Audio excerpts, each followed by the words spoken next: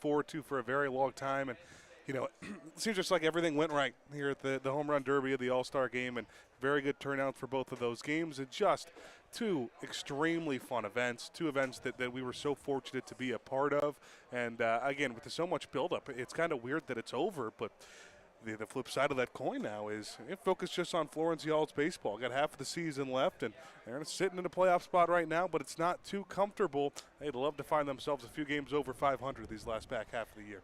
Absolutely. If you want to flash back to what ended in the first half, it certainly wasn't, the best Florence Y'all's baseball that we've seen. They had lost 5 of their last 7 series before we went into that All-Star break. Ended up splitting that series between Joliet 2-2, so I'm just not counting that in the 5 and the 7 because it was a 4-game split, and, we don't see that throughout the regular season 4-game series at all. So the offense had just kind of been just a little more lackluster, and the pitching, had stayed the same, and just the offense wasn't able to back it up.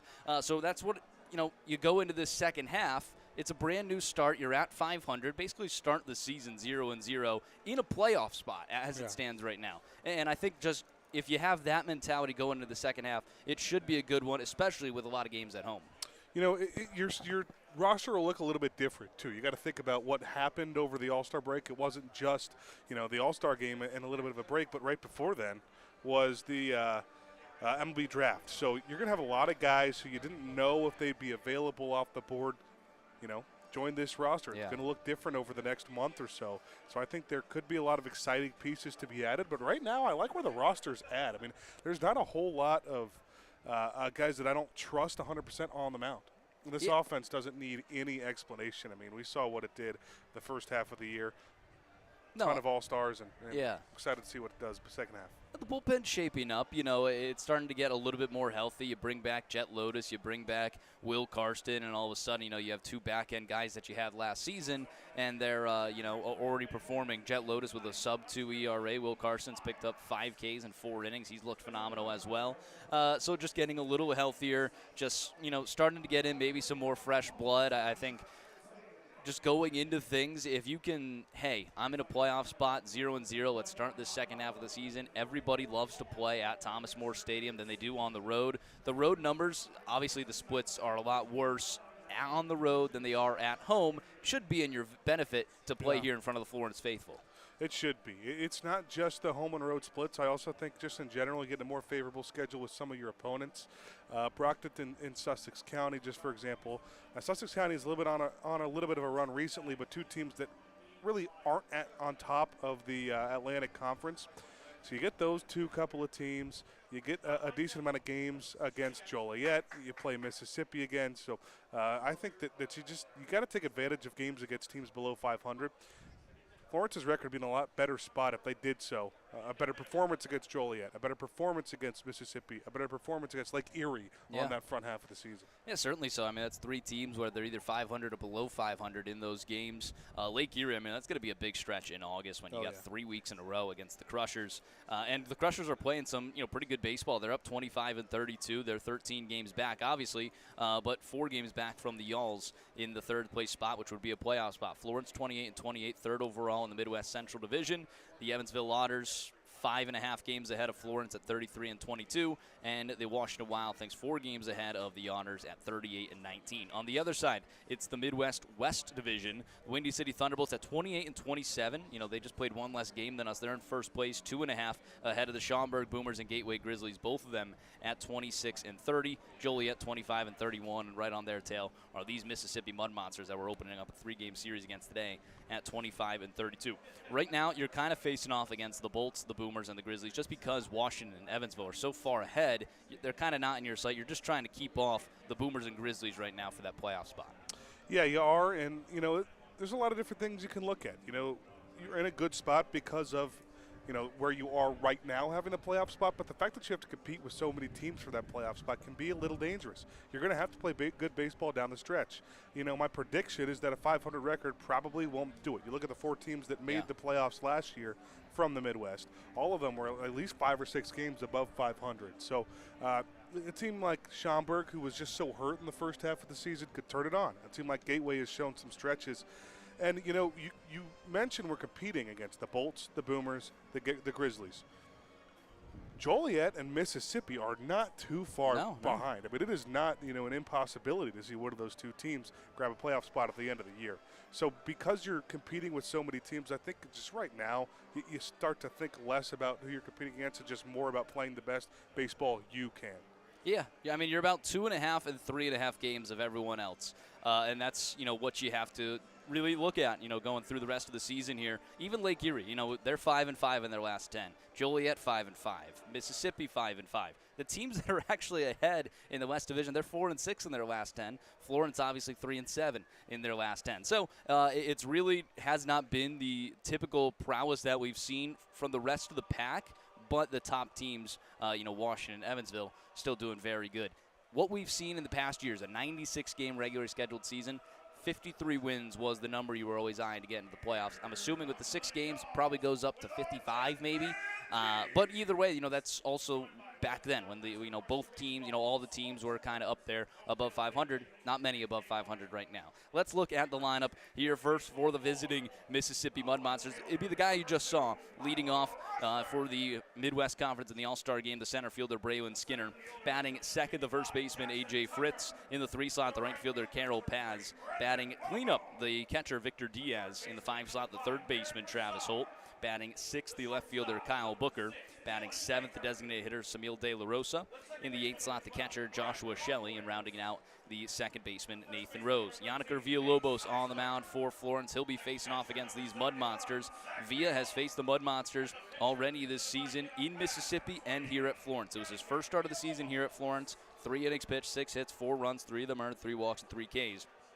His last time out against Mississippi on July 4th, 5 innings pitched, 6 hits, 5 runs, 1 walk, and 1 K. That was a 5-4 loss for Florence, and Villalobos, unfortunately, was dealt that, but still has had some very strong appearances against Mississippi throughout his career.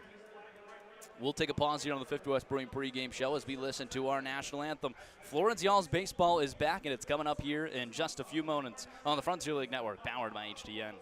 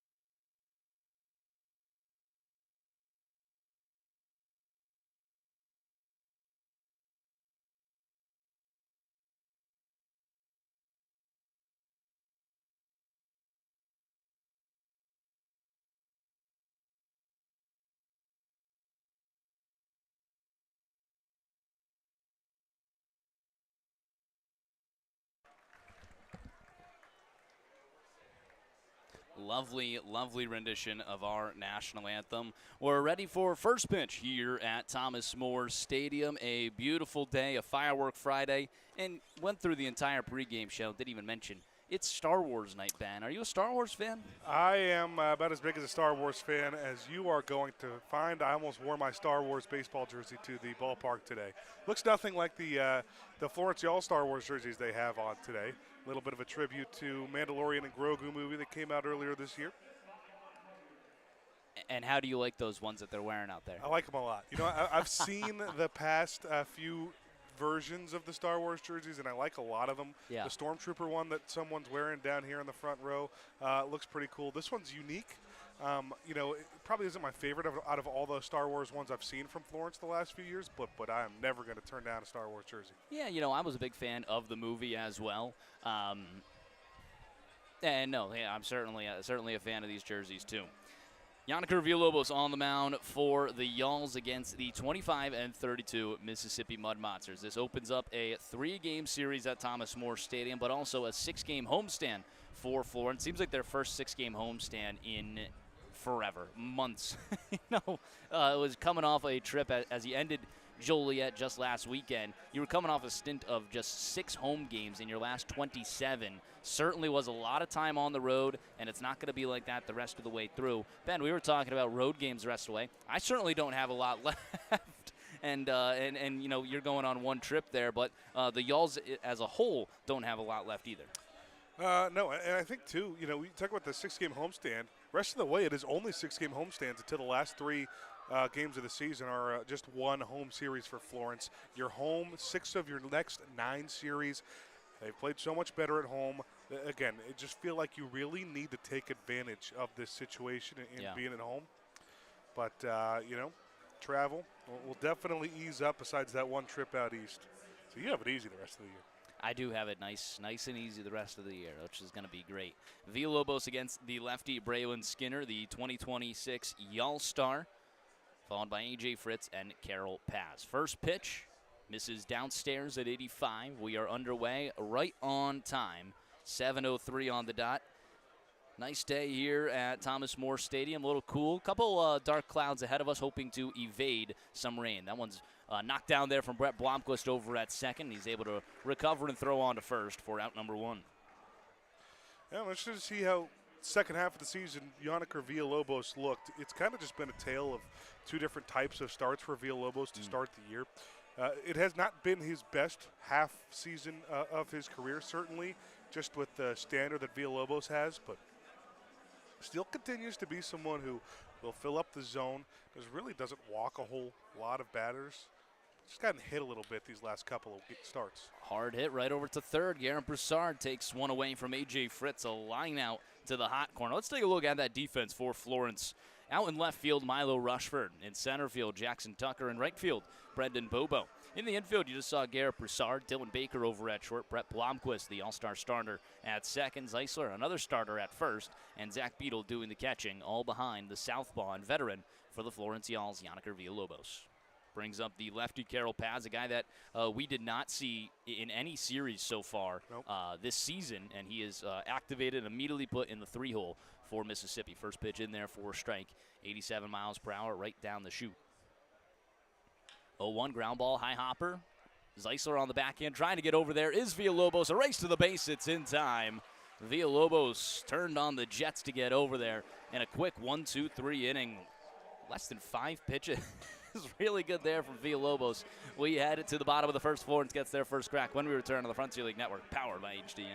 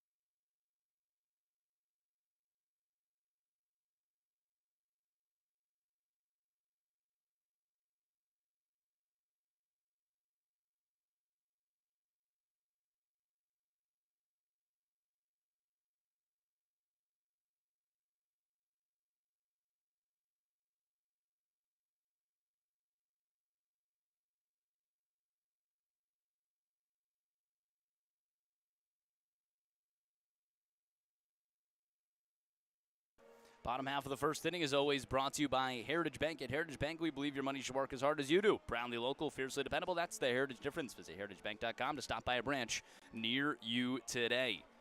Florence back up at the plate. Milo Rushford, Brett Blomqvist, and Hank Zeisler for the first time since last Sunday in Joliet. The Yalls able to see some baseball here at Thomas More Stadium. Almost a entirely all-star lineup. Saw a lot of these guys in the 2026 All-Star game here. Pretty close. Yeah. Just missing a few of the big bats there. Yep. Andrew Check, Anthony Bricado, among others. Tyler Campbell, the left-handed starter for the Mississippi Mud Monsters, enters today with a 3-2 record and a 4.85 ERA across the season. Campbell has not faced Florence yet this year. Has made 6 starts in Frontier League play and then started the season in the Pecos League with the Santa Fe Fuego. That one's in there for a strike to the lefty Milo Rushford. Rushford enters the second half of the season with a 276 average, 276 average, 3 home runs, 25 RBIs, and a 415 on base. 0-1 to him, bounces in the dirt. You know, I made a comment to you, and we've talked about it so much on the broadcast about how, there doesn't seem to be a consistent, solid starting 9 for this Florence team because of how many guys can hit, how many guys on the bench can hit. It seems to be a rotation. I thought that today's lineup would be pretty telling of what Toby thought his best 9 is moving forward. Now, one thing I really notice against a lefty to start out this back half with the lefty Milo Rushford leading off, even when he finished that first half cold. Yeah. He's got a lot of trust in him. Oh, no doubt. No doubt. I mean, it's a guy with, obviously affiliate experience. One of the only offense pieces that has affiliate experience, him and Zade Richardson, both near the top of the lineup here. 2-2 to him, fouls it away. And, maybe the average isn't as good as when he started. Now down to 276, but the on base is still there. I mean, 415 on base. From your leadoff guy, I feel like he's still getting a good amount of walks, and you'll take that out of your leadoff hitter. Here's the 2-2. Skies it out towards left center field. Skinner working in the gap. He'll be called off by Booker, who makes the grab for out number 1. So about 5+ pitches there as well. That's what you want from your leadoff man. Give everyone else a good sense of Tyler Campbell. Obviously the first time facing him in 2026. Campbell against Joliet his last time out, 6 innings pitched, 7 hits, 7 runs, 3 strikeouts, 3 walks, and 2 home runs. That was in an 11-10 loss for Mississippi. Brett Blomqvist, the all-star starter, shows bunt, pulls back. It's in there for a strike. Blomqvist did not play the final few games of the season, was dealing with some knee soreness. And everyone was kind of just wondering the extent of how bad it was. Obviously, you saw him get the start in the all-star game. He was looking for a while like he wasn't going to play in the All-Star game. 1-1 to him, missing outside. How about that, though? I think there was only like 2, maybe 3 injured All-Stars at the break. There wasn't a need for a whole lot of replacements. Yeah, 2-1 fouls it away. No, there definitely wasn't, and we spoke about it on that broadcast. I'm actually interested if anyone in the regular Florence Yalls community was listening to that broadcast. Obviously, it was free all over the place, just not on our YouTube channel, but we had a heck of a time. It was a blast. Swing and a miss downstairs, first K of the day for Tyler Campbell. That'll bring up the captain, Hank Zeisler. Hank is chasing something special. He is 4 hits away from tying the all-time hit record at 322. Right now, he stands at 318. Plus, he has family in attendance. I've been told it is a large crowd for the Zeislers. All of them excited to see him here, and hopefully he can have himself a heck of a series to capture that in front of the home crowd and in front of his family. Dare I say, you don't even need to have a heck of a series to get the at least tie the record. 4 hits, that is just a below-average Zeisler series. First pitch, he hits right back up the middle, and the fielded by Campbell throw on to first is in time, 1-3 on the put away. Mirror images, 1, 2, 3 frames from both offenses, headed to the top of 2. Scoreless at Thomas More Stadium when we return on the Frontier League Network, powered by HDN.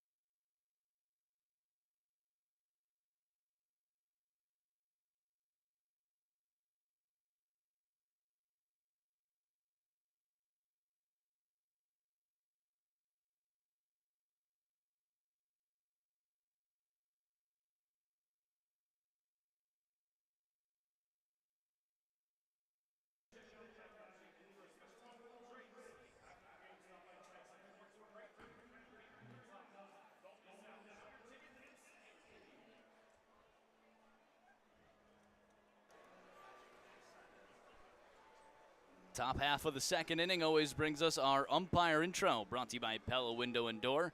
Pella Window and Door, looking for a clear view of every call. Trust Pella Window and Door to bring you replay-worthy clarity and craftsmanship you can count on. Pella Window and Door, so good, even the ump won't miss a thing.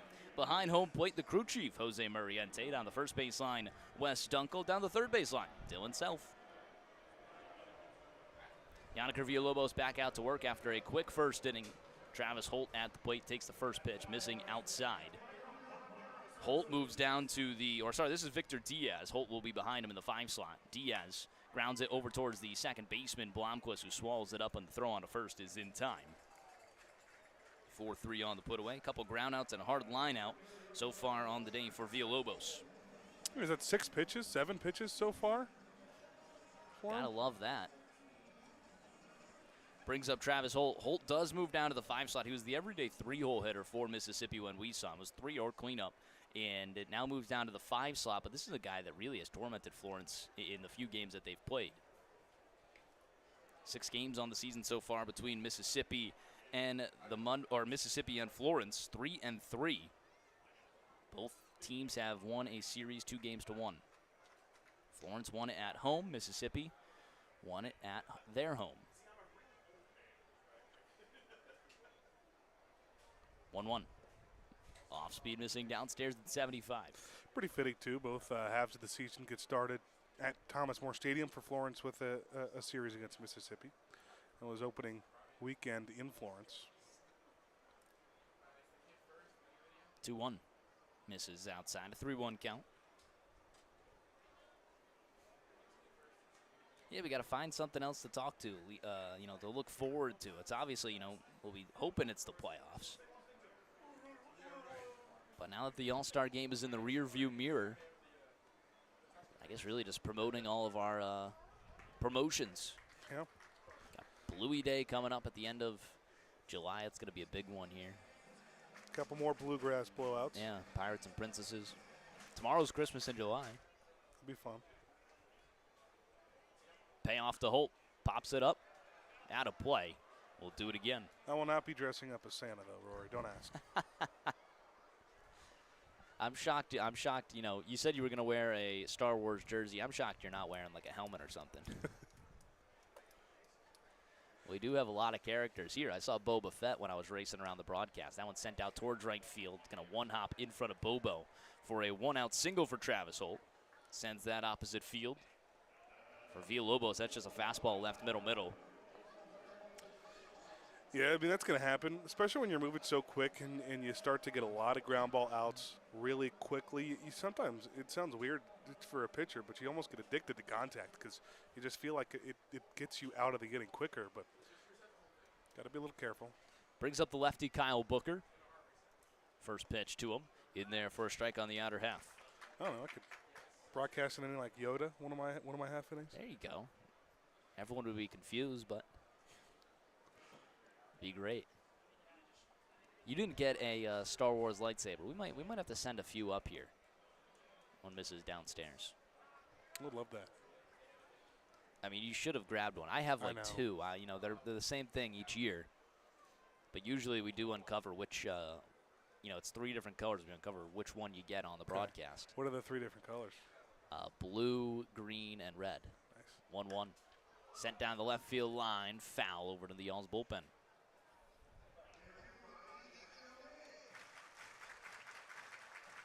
I imagine everyone had a great All-Star break.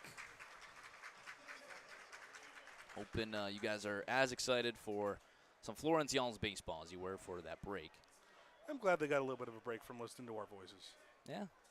Unless they watch the tune All-Star into the broadcast. Yeah. Got to hear a bunch of different voices that you're not used to. First pitch misses upstairs. Sorry, 2-2 count. Missing upstairs there to Kyle Booker. Booker, such a great season last year, has now moved down to the 6th slot here for Mississippi. 269 with 5 home runs, 50 RBIs. So the pop is still there. That's their leader in RBIs. Yeah, I've been interested to see how Jay Pecci has tinkered with the batting order for Mississippi. Fritz Paz, Diaz, 2, 3, 4. It's not what I expected coming into the series. 2-2, grounds it over towards Broussard. It's right through the legs into left field. That'll be an error on Garrett Broussard. All errors always brought to you by GP Editing. Call Greg Peterson today and make sure he can fix all of your mistakes at GP Editing. Greg Peterson, 513-512-0300. That's an error that in your mind you almost count as two because of the possibility of the double play. Hard ground ball right at him. Would have had time to turn two most likely, although Booker does have a lot of speed. Runners first and second and one away. Let's see if Villalobos can get another ground out. That one misses upstairs. Samil De La Rosa is the batter. De La Rosa, 289, 3 home runs, 11 RBIs. Designated hitter today for Mississippi. Ben, really is an incredible lineup sheet that you have here. 1-0, misses inside and gets away from Beetle all the way to the backstop. Runners move off to second and third. That'll take away your double play. Well, I appreciate that. I just felt, halfway through the season, especially with the All-Star game coming up, but he did shake it up a little bit. It's phenomenal. We were asking for more color for the All-Star game and certainly got that. I mean, I told you, hey, we're not going back. No, stay with this. And those logos at the bottom, that's what took me the longest. I did not find that online. I had to hand place each one of those down on that bottom bar. How about that? No, that's really good stuff. 2-0. Ground ball left side. Broussard gloves it, misses the tag over there. Throw on to first is scooped up by Hank Zeisler. Can you dig it scoop? It'll be 2 away. Nobody moves on the base paths. Well, that was a really good effort from Broussard, and a way to make up for that error, too, because, so many guys could miss that tag right there. There's not a whole lot he could have done. It was just a really good job of evading the tag from Holt. Could miss that tag and spend too much time trying to get it back on him, and he gets to the bag, and you have no throw to first. He was off balance, too, trying to get the tag down, but realizing when to abort and still get a nice throw over to first base. First pitch to Joshua Shelley, misses upstairs. Just another example of a hard grounder by these Mississippi hitters, but Villalobos just pitching to contact, trusting his defense. That scoop always brought to you by Can You Dig It RC. Head on over to Can You Dig It RC in Erlanger for hands-on remote control construction and 4x4 rock crawling fun. Ground ball over towards Broussard. The ball will find you. Throw across the diamond is in time, and Garrett Broussard with 2 nice opportunities to get Villalobos out of an inning after an error. Heading to the bottom of 2, scoreless at Thomas More Stadium when we return on the Frontier League Network, powered by HDN.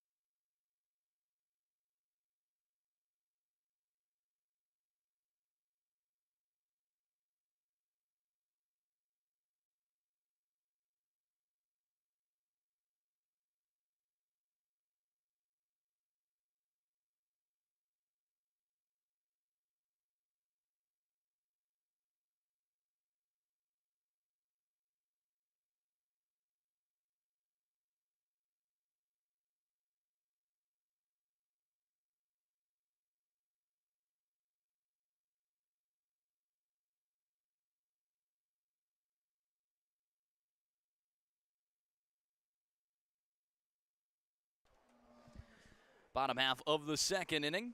Always brings us our Thomas More scoreboard, presented by Thomas More University. There you'll be able to take your life and your career as far as you want it to go. Apply or donate today at thomasmore.edu. Florence with another chance. They went down 1-2-3 in the bottom half. Brendan Bobo, Zaid Richardson, and Jackson Tucker will start things off here in the bottom of the second against Tyler Campbell. Just had a Star Wars naming contest there, brought to you by Taco Mama. It's Star Wars night at Thomas More Stadium.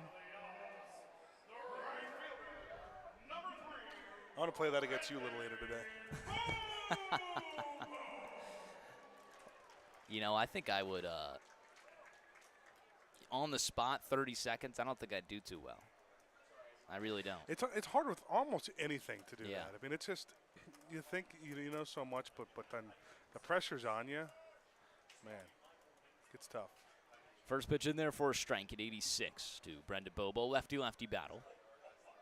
0-1 slider. He fouls it away. Second half of the season. I mean, Bobo's already done enough of that first half to really make an impact for Florence. I'd love to see this the split for Bobo get a little bit better back half of the season against lefties this year. Yeah. Bobo hasn't been great, a 150 batting average. 0-2 misses downstairs. 283 average, that's fallen. And if you guys were following along last year, Brendan Bobo really was hunting down 300. Ended up with like a 298, I believe, or 299, just, was a decimal point short. And for him to, go down to 283, that it's in the back half of his mind here. In the second half of the season, let me get back up there. Swing and a miss there. He is down on strike. Second K of the day for Tyler Campbell. That'll bring up Zade Richardson. First time in front of the Florence faithful since the All-Star game where he got a nice ovation. He did. He even took some time to tip his curtain helmet to call. him, too. Yeah. First pitch to him. Misses outside on a changeup at 1905 spin rate. Not the performance he might have wanted in that home run derby, but he had a lot of fun. Said he learned from it. For the next time. Yeah. 1-1 the count. How about that? It was the 4 Atlantic guys who moved on to the semifinals. 1-1 grounds it down the third base line off of the glove of Holt, and nobody's going to get there. That's a base hit for Zade Richardson. Backhand slide there from Travis Holt. Could not glove it. Richardson gets the first hit of the day for Florence to bring up Jackson Tucker. I don't know how many ground balls at third base it's possible to have in 2 innings of baseball, but I'll tell you what. A lot of righties just pulling the ball down that third base slide. Richardson gets it started by what he does best. Just getting on base and doing it with singles. Jackson Tucker had a really good last week of the season. Yeah. His last time out against Joliet, 5 for 13, 2 RBIs, 3 runs scored. He was looking really good, especially in the series before that, too. Picking up, multi-hit games, which was great to see. Moved his average back up to 315. Well, Tucker quickly went from the everyday leadoff hitter to not really being in the everyday starting lineup. Yeah. So I think he took it a little bit personally and had some motivation. 0-1 skies at foul. Were you watching when he stole home? I was. Yeah, that was awesome. First time I ever got to see a steal of home. I'll tell you, if there's anyone on this team to steal home, you would have told me that beforehand. I would have said it was Jackson Tucker. Yeah. So aggressive on the base pads. And 0-2. Punches it right side. That's going to land in no man's land. Racing over to first is Tucker, and he's in with a base hit. Really just saw it off. Just 46 off the bat. Weirder contact / plays I've ever seen. That ball looked like maybe Rose had a chance at it over at second base, but then backspin just kept taking it into the gap. You could see Rose talking to Fritz, the first baseman right now, too. Both of them with their hands up. Like, what are you supposed to do about that?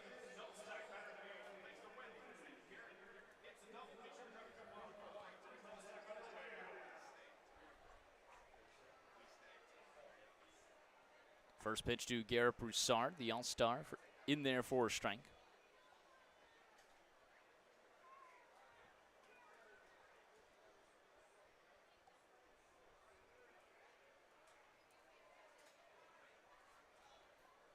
A 1. Fouls it away.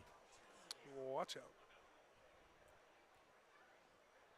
Was Broussard the final out for the All-Star game? He was. He was. I know they had Harbison on deck. It was a lot of yalls in that final inning. It was, yeah. And Broussard was talking about after the game what pitches he got in that last at-bat. He said, I would have been happy if I fouled it off. Yeah. 0-2 misses outside. I know those last guys were, 95, 96. David Glancy took Junior Serta deep. It was 95. That's good stuff.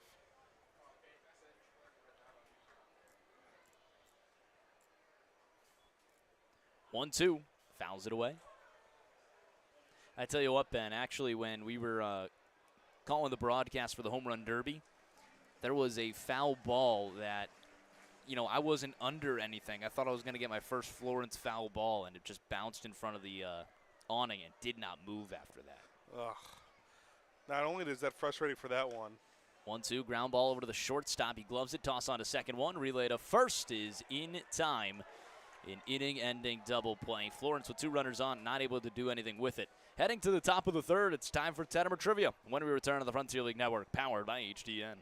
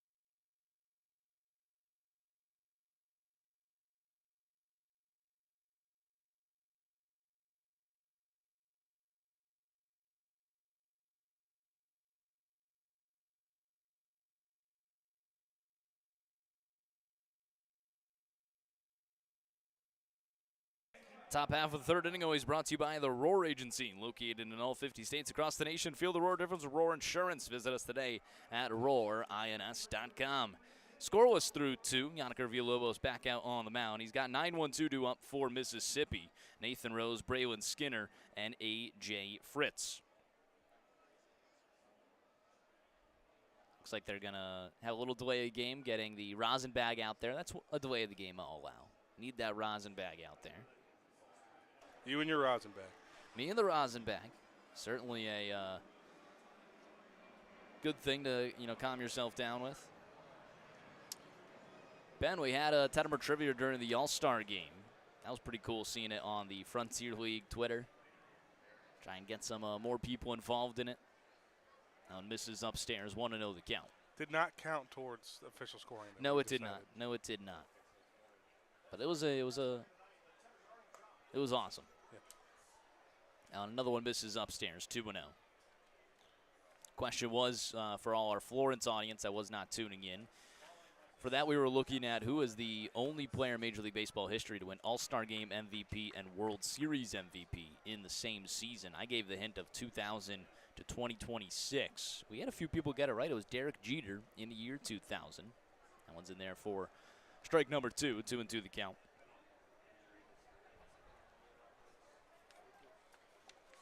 Villalobos still looking for his first K. Winds up third base side of the rubber. 2-2 pitch. Fouls it away. It's been a lot of ground balls so far. 5 grounders for Villalobos. Technically 6 if you want to include the error, but 5 ground ball outs. Yeah. 2-2. Fouls it away again. Good crowd here for Star Wars night. Yeah. Last 3 outings now with the Home Run Derby and the All-Star game. Seen really good crowds at Thomas More Stadium. Thomas More Stadium on the up and up. Lots of opportunities to come see the Alls play next month. No doubt. That one's Sky down the right field line. Bobo heading towards the foul line. Watch it get up to the kid zone. We'll do it again.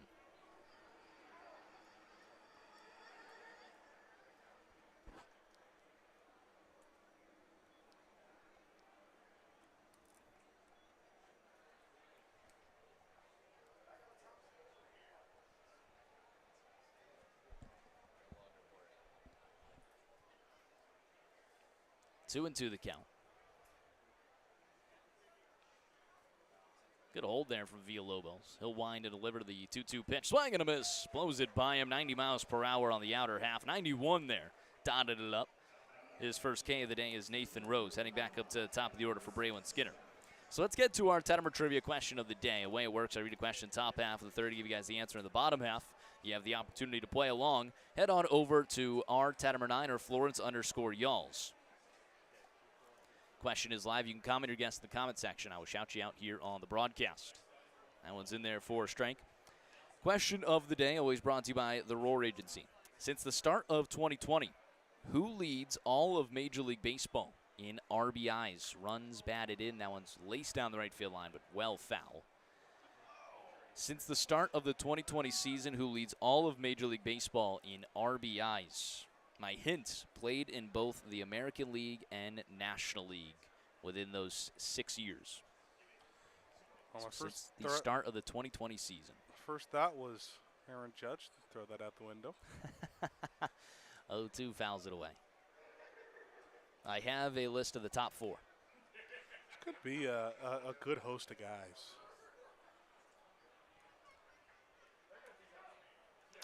The ALNL part's big. I mean, could it be a Shohei?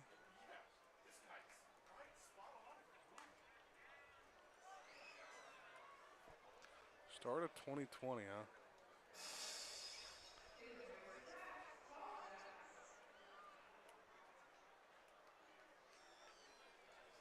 Start of 2020, that COVID season. 0-2. Missing outside. Check swing doesn't go around. Trying to think when Matt Olson joined Atlanta, if he would have potentially played in the AL in that span. 1-2. Skied foul. There's an easy answer for that. Freddie Freeman won the MVP in 2020. With Atlanta, so Olson would have been in Oakland. Huh. Could you name me the AL MVP for that 2020 season? Oh, double side trivia. 1-2 misses inside. Now this is a trivia question I think I've already done in years past. Just named. I think it might have been like name the, 2 major winners of MVP and Cy Young for that 2020 season because they were all wild. 2-2, swing and a miss, top of the zone, back-to-back Ks from Villalobos, 90 miles per hour there. Okay, now I'm thinking. That's a really good question. Was that Which was this Jose Abreu in 2020? Yes, it was. Yeah. So Jose Abreu and Freddie Freeman, and then it was Trevor Bauer. And don't tell me. Actually, I'm not going to get this. 2 trivia questions is enough for this inning. Yeah, there you go. I think it was Shane Bieber. Yeah.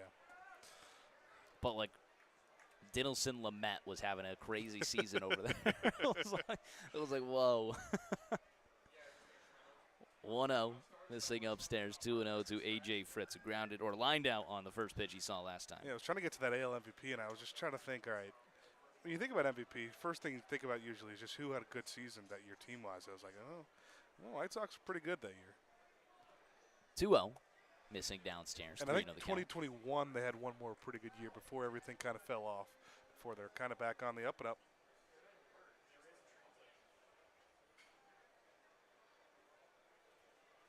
.30 pitch, misses outside, a 4-pitch walk. A.J. Fritz with a 2-out base runner now. Carol Paz will step up. Grounded out to first his last time up. Well, the first couple of strikeouts come. Then comes that first walk for Villalobos. Yeah. A lot of his outings are a lot more like the first 2 innings than the third.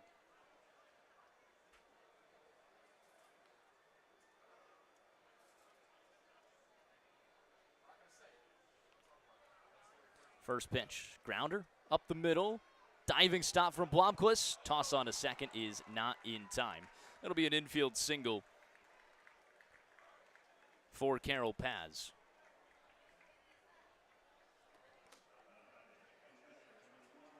Runners first and second. 2 away now for Victor Diaz. Ground ball has really helped the Villalobos so far. Yeah. But Sometimes you get too many of them. That's where things can start to pile up a little bit. Trying to get a couple, or out of a couple of 2-on jams the last 2 innings.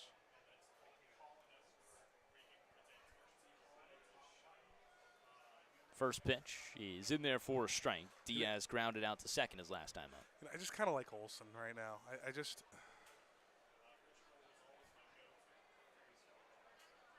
Huh.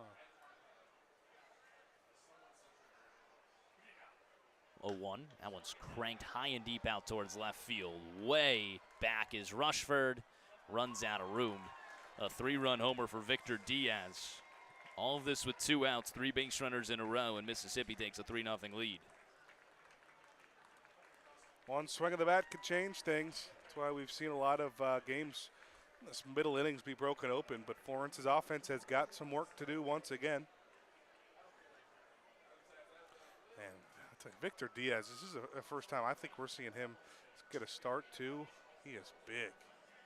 That's a big catcher right there. Yeah, he is. Just muscles that ball out to right field. Good pull pitch.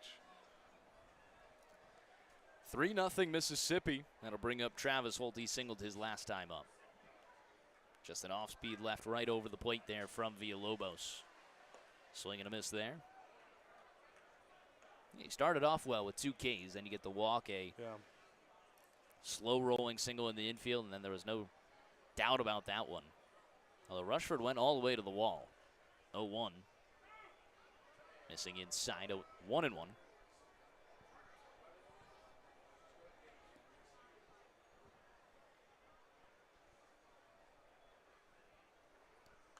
Fouls it away, 1-2.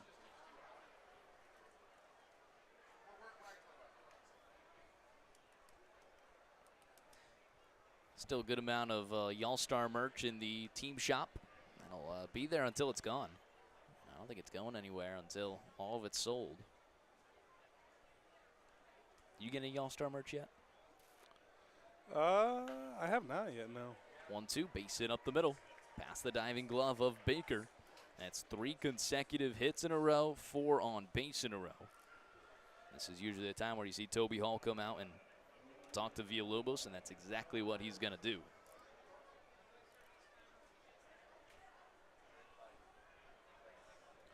Just leaving a few too many over the plate right now. And Toby Hall's usually the master at these sorts of things. We actually saw him go do a good amount of mound meetings in that All-Star game. He was the Midwest All-Star manager.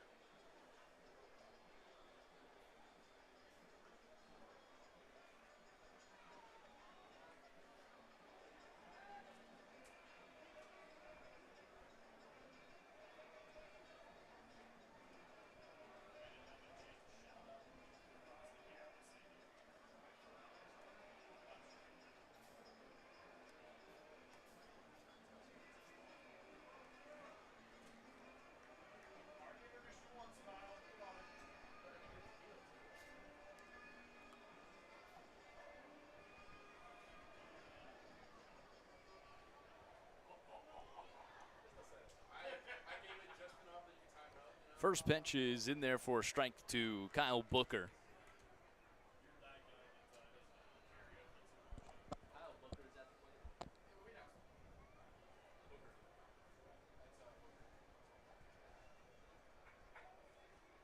Oh, 1. Skies it high out towards center field. Tucker coming in on it. Plenty of room. Still racing. Makes the grab. To end the inning, not before 4 consecutive on base, and a 3-run homer from Victor Diaz gives Mississippi a 3-0 lead when we return to the Frontier League Network, powered by HTN.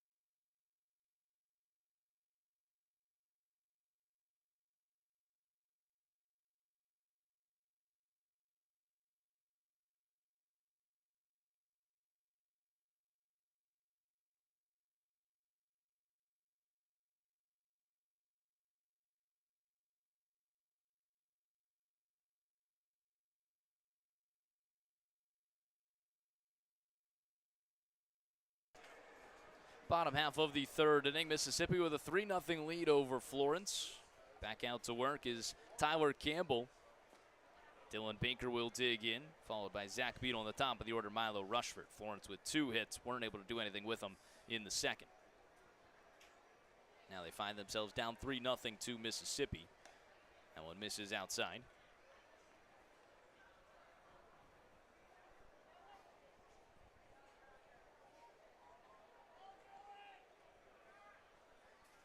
Two-0. Skies it high behind home plate. Diaz heading over towards the netting, but he will run out of room. Close to getting one on the awning there. Almost an opportunity. Would you have laid out? Absolutely not. Tell you what, seeing what that awning does, a lot of things stick on that awning. I don't think I would stick. I think it would go through.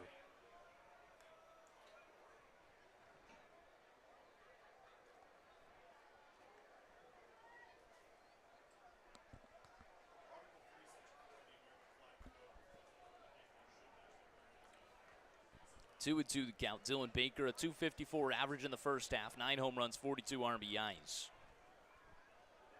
I think we were all pleasantly surprised by the power numbers for Baker. Ropes that one down the third base line. Obviously didn't have any home runs in his half a season with Florence last year, probably even less than half. Comes out first half, 9 home runs, third on the team. Pretty impressive. He'll be happy to see 6 games going up against Gateway in the next month. Yeah. We'll see if it's just against Gateway Grizzlies or if it's more of that Arsenal BG ballpark. 2-2. Runs inside and hits him. That's something he's had a lot of this season. Leads the team in hit by pitches. That is number 14 for Baker. Always brought to you by Airport Paint and Body. When life throws a fastball at your right, they'll smooth it out and get you back at the game. Submit a free estimate online today at airportpaintandbody.com. Good to hear from Airport Paint and Body there.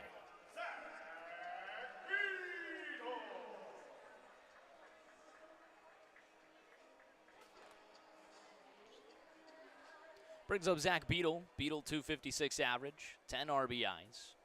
Still looking for his first home run. First pitch missing outside. It is funny. Unless I'm mistaken, I think he led Florence in the 4 spring training games in home runs with 2. I don't think anyone else had 2, and then now he's the only one on the roster without 1. Grounds a ball right onto first. Beadle did not run. I think he thinks it was a foul ball. Oh, it absolutely was a foul ball. It hit off his ankle. I could tell that from here. They called it that way, I think. Yeah, Beadle still hasn't moved. Now the umpire crew will meet in the middle. No way.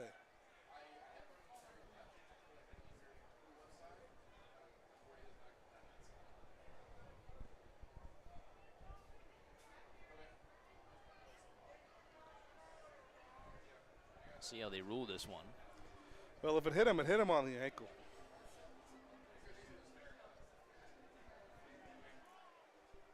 The crew chief, Jose Mariente, was also the crew chief for the All-Star game.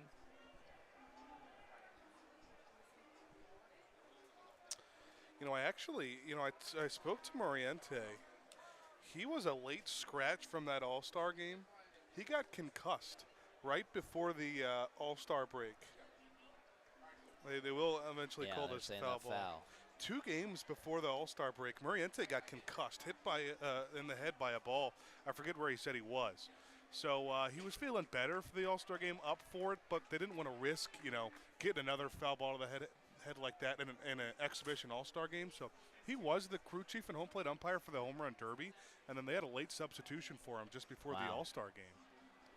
Jay Pecci out to hear what just happened. It will be a foul ball. Dylan Baker will retreat, and it's just a 1-1 count to Zach Beadle. We are still playing Tettemer trivia in the inning. Question was, since the start of the 2020 season, who leads all of Major League Baseball in RBIs? Jay Pecci going to go talk to the third base umpire as well. I don't get what this could be about. They already ruled this. Yeah. Hit, they played in both American League and National League. Actually, Jay Pecci, a great guy. We'll head back safely to the dugout. Yeah, I mean, I'm circling Matt Olson. I also, I think I can't think of a lot of guys who spent split time in both AL and NL. So it's going to be something that you kind of forget about because it's only 1 year, whether it's like at 2020 was in one league, or even now like a Pete Alonso who's with Baltimore in 26. Those are the only two guys I really have as serious candidates. Not your guy, Eugenio Suarez? No. Not Shohei Well, Ohtani? definitely not guessing. Shohei, I don't know if he had a ton in 20 and 21. 1-1. He's also had the injuries. That's just a little bit of my concern about Matt Olson. The thing about Pete Alonso is he just hasn't really. I mean, how many times do you remember Pete Alonso being on an IL for more than? I don't remember Matt Olson being on the IL, really. There was a stretch in the first season or second season with high hopper Atlanta. over to third, and it goes by the glove of Travis Holt.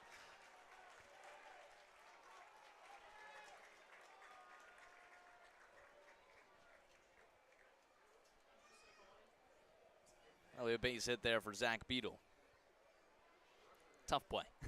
It's a tough play for Holt to come up and make. He kind of charged at that too. Couldn't pick it. Florence cooking now. We saw this a lot when they were hot, right before they went up to that 7 games above 500 stretch. Or they just got a ton of guys. Or they just had a ton of response after giving up 2 or 3 runs in an inning. Runners first and second with nobody out. One's in there for a strike. And this would be a really good time for me to get on that home run board. Second half of the year. Rushford, my your third pick of the day. run. 3-0 Mississippi in the bottom of the third. 0-1, punches it out toward shallow center field. It's going to drop in for a base hit. On the way to third is Baker. He'll stop there. Everybody's station to station. The bases are loaded on a bloop single there from Milo Rushford. Everyone had to hang back on that to see if someone would get there. No one did. Yeah, Tucker definitely had a better. It's not Tucker, right? Beadle had a different read on that than Baker did. Baker was the one I started to get nervous about, but again, when the ball's hit to center, you have a little more time getting to third than you do getting to second. So I'm impressed with Beadle's eye on that. Charging it way before Baker ever did. First pitch to Blomquist, a swing and a miss there, out in front of the off speed. But 73 dotted up on the outer half. Blomquist struck out his last time up. That's my point right before then. Didn't 22 Olson got hurt for a pretty long stretch? I don't remember him ever really being injured. You might talk me into Olson. 0-1 misses downstairs. Olson was kind of that gut feeling.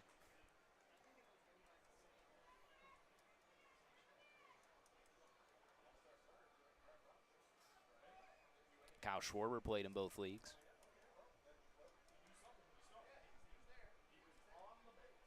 1-1. Check swing. Doesn't go around. 2-1 the count. See, like these actually are good suggestions, but I'm not going to give those answers because you're giving them to me.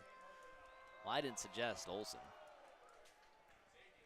So you're telling me to guess Olson? I was just saying that I don't think he's been injured. As a Phillies fan, I know he's not really been injured. 2-1, grounder, high hopper over towards the third base side. Throw comes to the plate, and it's in time. It'll be a fielder's choice, 5-2 on the put away. Bases stay loaded with one away. That's a really good play by Holt. I mean, you just have the presence of mind. I know the infield at the corners is pinching in a bit, but they weren't playing all the way in. What are you landing on? I'm going to go Alonso. Alonso. But you're really trying to talk me into Olson. Tell you, you're right around where everyone else is.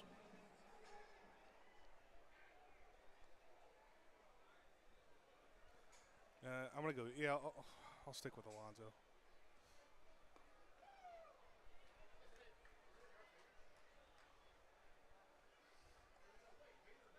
Want to know the count to Hank Zeisler, who is chasing down history. So you're going Alonso. Florence Yell's analytics crew goes Alonso, and Jay Warford, 54, goes Alonso. Foul ball, 1-1 the count. Rich Tettemer went Matt Olson. Jacob Brown went Matt Olson. Cam Beatty went Shohei Ohtani. And then said it better not be weird like Gino. Eugenio Suarez. What's that supposed to mean? He's just hoping for a straight-up answer. Suarez is like third or fourth in home runs in that time, I think. 1-1 misses outside.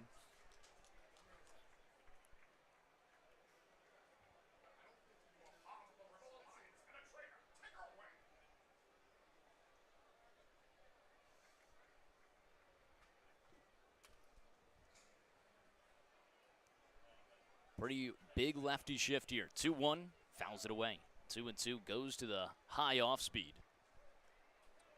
So everyone right around your guesses, and people that we were talking about. So no one said Alonso? I thought you were. No. Alonso was Florence Y'all's Analytics and Jay Warford. If Florence Y'all's Analytics is on it, then I'm happy. Florence Y'all's Analytics is right next to us, and I think even they would say they've been on a little bit of a cold streak. Yeah, certainly. Started off red hot, and then they made the Twitter page.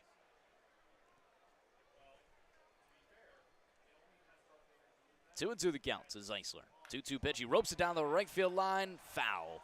And out of play. We see a lot of that from Zeisler. Really good contact, just a little bit early on it. Pulling those balls down the right field line. Where do you want to start? You want to start top 15, top 10? The top 45. I got top 25. Top 10. Because this is an interesting one. So Freddie Freeman's number 10 at 566. Wait, for some reason. Yeah, 2-2. Grounder right side over towards the second baseman. Toss to second one. Relay on to first is not in time. And it gets away from the first baseman. On the way in to score is Rushford. 2 runs will come home on an RBI fielder's choice plus an error.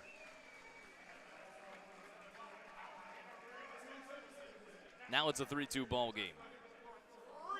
And put the ball in play. Good things happen. Zeisler able to break up the double play there. Yeah, Zeisler not always known for his speed, but I'll tell you what, and obviously it didn't really matter a whole lot, you would think, because the throw got away, but the fact that he speeds up that play to first could be a reason that ball gets by. And that's the difference between a double play and 2 more runs scored to the inning go. That's just a captain doing captain things. Absolutely. 3-2 Mississippi. Brendan Bobo in at the plate. 1-0 the count. Now 2 away. We do have to get to our answer here. Almost had the rare top of the 4th Tettemer trivia answer. Yes. 1-0 Bobo misses outside. In 9th was Juan Soto at 568. 8 Kyle Schwarber at 588. Another one that would have fit the bill. Rafael Devers at 588. Jose Ramirez in 6th at 591. This one also would have hit the bill, or actually a year late. Ground ball right side and through for a base hit. Bobo picks up his first hit of the day. Runners first and second with 2 away now for Zade Richardson. Shohei Ohtani, 4th place at 604. Manny Machado was 5 at 601. In 3rd was Aaron Judge with 622. In 2nd, 646, Matt Olson. And in 1st at 657 would be the polar bear, Pete Alonso. 944 games, 657 RBIs for Pete Alonso. And that, kids, is why you never trust your gut. Richardson fouls the first pitch back, 0-1. 3-2 ball game, Mississippi on top of the Y'alls, but Florence threatening here with runners first and second, 2 away. Congratulations to Florence Y'alls Analytics, Ben Hauer, and Jay Warford for getting that right. The first to do so was Florence Y'alls Analytics, though, so they are our winner for today. 0-1 misses outside. The cold streak is over for Florence Y'alls Analytics. It's for me as well. And for you as well. I also do feel good that the 2 I was between are the top 2. Richardson grounds a 2-hopper over towards short. Toss on a second for the easy out. Will end the inning. Fielder's choice 6-4 there. Florence picks up 2 runs heading to the top of the 4th. Ben Hauer on the mic when we return. Y'alls trail 3-2 when we return to the Frontier League Network powered by HTN.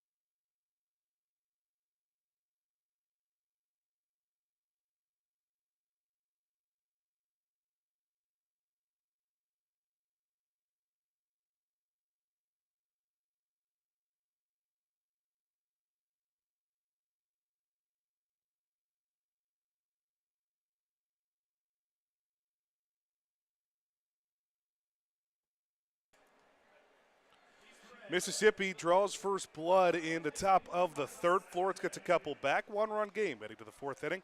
Yannick Villalobos back out to the bump for the Ulls. Start of the second half of the season after the All-Star break right here at Thomas More Stadium on Star Wars Night. After Mississippi finally got to Villalobos, gets to settle in here with the bottom third. It's Emil De La Rosa to start things off. Was not ready, looked like, for that first pitch. It runs inside for ball one to the Mississippi designated hitter. Grounded out to third his first time up. Again, am I seeing something wrong? He's Fastball. He's just pulling back. Called strike. Yeah, he's just waiting for a strike as the rain starts to come down here. 1-1. I thought we heard thunder. Yeah. Fastball runs inside. Backs De La Rosa off the plate. But I guess we'll play on here in Thomas More Stadium. Those fastball again misses low. Always the disadvantage when you feel like there's going to be rain out coming to be the team, you know, the home team halfway through it and it gets called and you're the one that has to pitch in it. And right on cue, a 3-1 pitch runs upstairs. And a leadoff walk for Mississippi. De La Rosa jogs down to first base.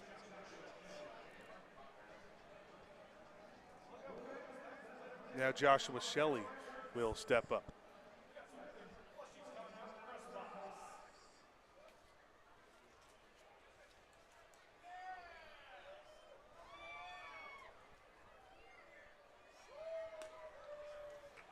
First pitch strike to Shelley. Also grounded out to third his first time up. That was when Broussard got back-to-back ground balls. One of those being an error in the second inning. Then made a couple of nice plays the next two to respond. Curveball, low and in.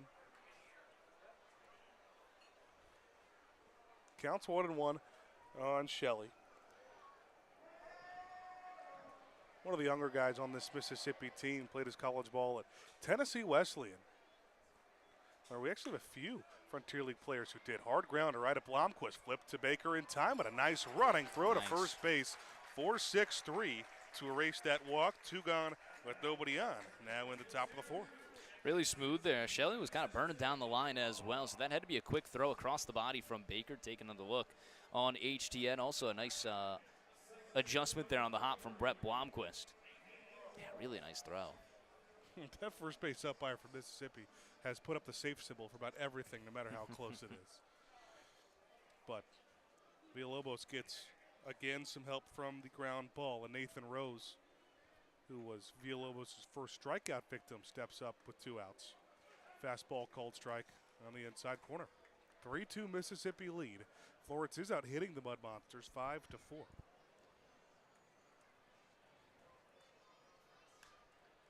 Fastball punched foul the opposite way. Brendan Bobo will give it a jog, but it ends up out of play.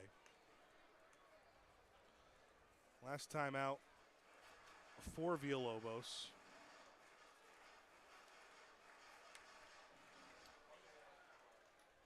Able to go 5 innings. Not been someone who has had to look at this. Get pulled out of a game early, but with 2 outs and a 0-2 count. Home plate umpire Jose Muriente says, everybody, let's come inside. I think it was a pitch clock violation, K. Oh, was it? Yeah. Oh, my gosh. Pitch clock violation, K. Yeah. I mean, I could not be more wrong on that. I was looking down to find that the starts for Villalobos, and I saw the right fielder running in after that pitch, and I was like, wow. But, all right, well, there it is. An 0-2 count. Pitch clock violation called by Muriente. And that's how Florence gets out of the top of the fourth. Unconventional 1-2-3, real unconventional. Go to the bottom of the fourth on the Frontier League Network, powered by HTN.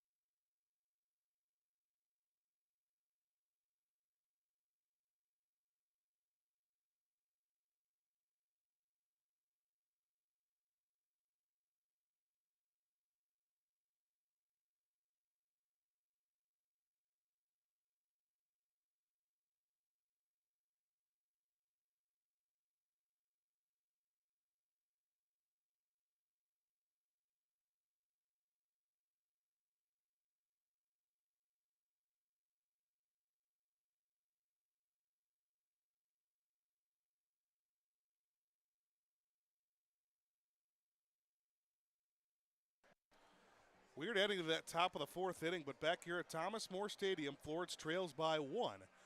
Heading into the bottom of the fourth against the Mississippi Mud Monsters. It's the last time these two teams will face each other on the 2026 campaign. 6, 7, 8 for Florence, Tucker, Broussard, and then Dylan Baker.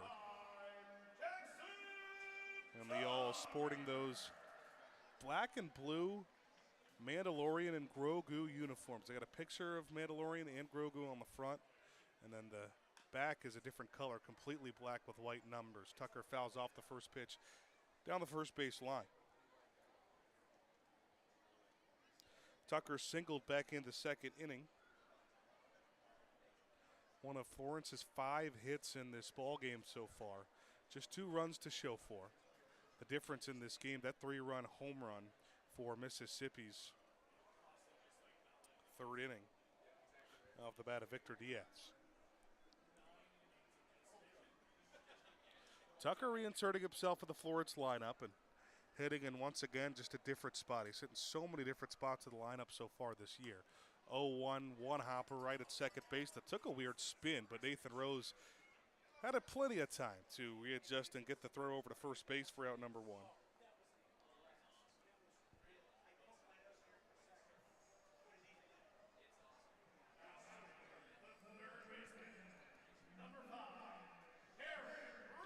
Now Garrett Broussard as we get to the bottom of the third here on Cable. First pitch strike. It seems that Campbell has gone really heavy with the fastball, the heater, on the first pitch of the AB. He's got what looks like a sinker.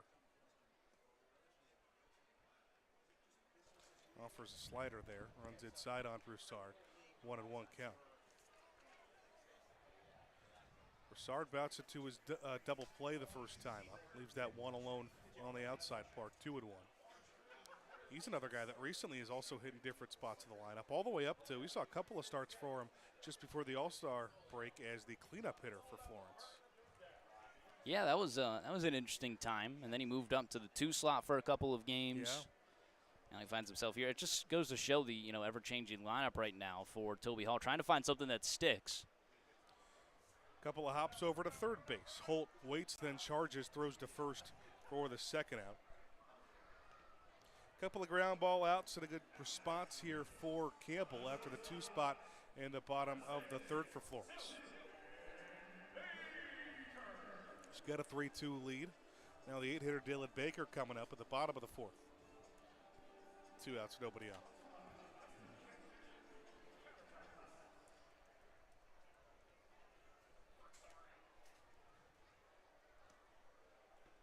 Beautiful breaking ball, ton of movement, just can't bite that outside corner.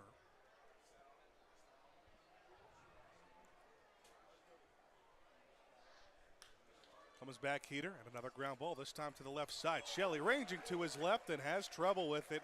Baker will beat out. I think they're going to call that an error on Shelley.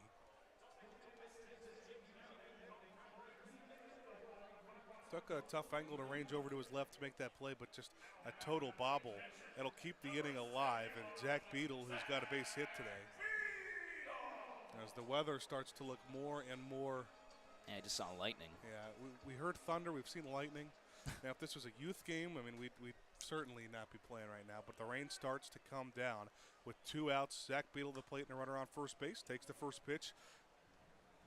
Hits it opposite way down the right field line, just tucks in front of that foul pole. And the rain's starting to come down a little harder as it sends fans scurrying. Mass exodus towards shelter here at Thomas More Stadium from the normal seats. At an 0-1 count on the Florence catcher. Off speed right down the heart of the plate to Beadle. Tell you, it's not pouring. We've certainly had some harder rain, but definitely a nuisance. It's always easy for us to say, though, for the press box, we're not feeling it right now. Well, we see it. We do see it. I'm sure it's cold. 0-2 throwaway pitch. Brings Diaz out of his crouch. But, yeah, I think that's the biggest part of it. It's just so hot on these days. Once that rain starts to come down, it's cold. Sometimes it can be nice. Swing and a miss. Beetle and chasing way downstairs, and tag applied to end the fourth. We'll see if they come back out for the fifth, but as it stands right now, 3-2 Y'all's trailing on the Frontier League Network powered by HTN.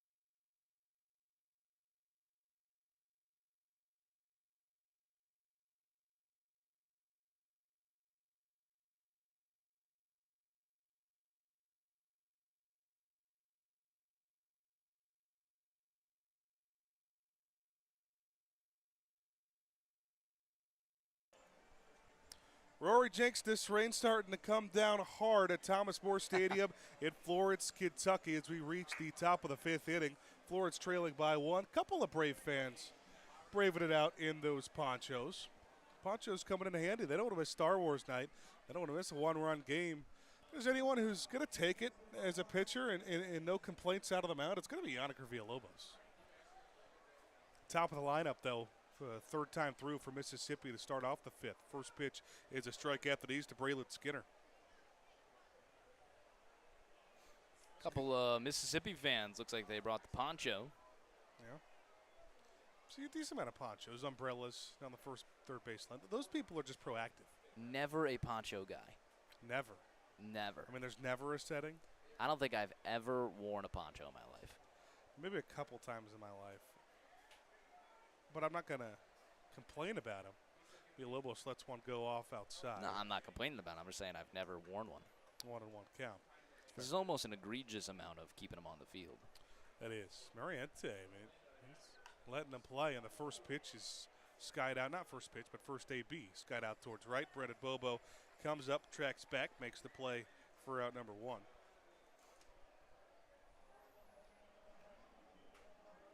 Well, Skinner's now 0 for 3 against Villalobos, one of the best hitters in the Frontier League this season. Again, every movement tricks my mind into thinking they're calling it. Yeah.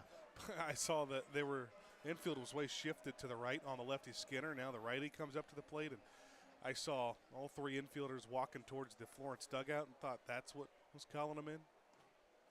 But nope, it's just the righty A.J. Fritz. Beetle has trouble getting the ball back to the pitcher's mound. The first pitch is a strike to Fritz. Line out to third and a walk for the Mississippi first baseman.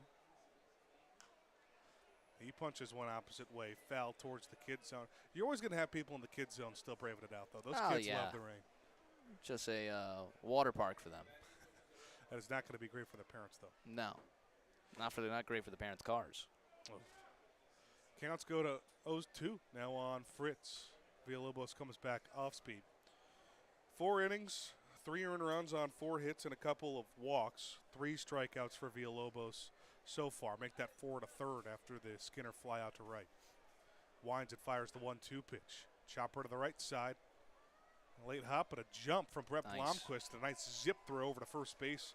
Zeisler wasn't too far from him. Then he makes the play in time for his second out. That's a tough play, waiting on that high hopper, having a leap for it, and then falling on the ground, immediately having to throw. Pretty tough one. He made it look effortless. Well, Villalobos has come out of the rain and gotten 2 quick outs. Hasn't fallen behind in either count. We'll see how he handles the 3-hitter Carroll Paz, who's 1 for 2. Paz wait until he sees a strike. Won't come here. One of the newer Mud Monsters. Paz spent 3 seasons in the New York Mets organization. Got all the way up to High A Brooklyn, the Cyclones. Cyclones have one of the coolest minor league baseball stadiums I've seen. Yeah. They're the one with, is it Coney Island? Coney Island in the Right? background. Yeah, my the brother hit background. an inside the park home run there. Wow. Yeah. Nice. That's the NYU home field. It's pretty cool. Yeah. Was your brother playing in college when that happened? Or Yes. Where, Yes. where did he play? Was Brandeis. Oh, Brandeis nice. University. Brandeis is a very, very good academic university, isn't it? Yeah, he wasn't there for academics. But Gold strike on that outer part 2 and 2. Oh, but he got the degree for it. yes, he did. 2 balls, 2 strikes, 2 outs. Count runs full. Villalobos can't quite get the grip on that curveball. Ends up way high on the count. Paz being a newer addition. He's yet to homer for Mississippi. Just the 1 RBI in a few games. And a small sample size, .333 batting average. Spoils a payoff pitch. Now the third baseline. Fans haven't left the building yet. It's just a lot of them under awnings and finding any sort of cover they can down the first and third base lines. It's died down a tad since the beginning of this inning where it was really pouring. Try a payoff again. Called strike 3. Villalobos' 4th K, and just outside of that one top of the third inning, he is cruising for Florence. They still trail by 1 halfway through this game. 3-2 Mississippi on the Frontier League Network, powered by HDN.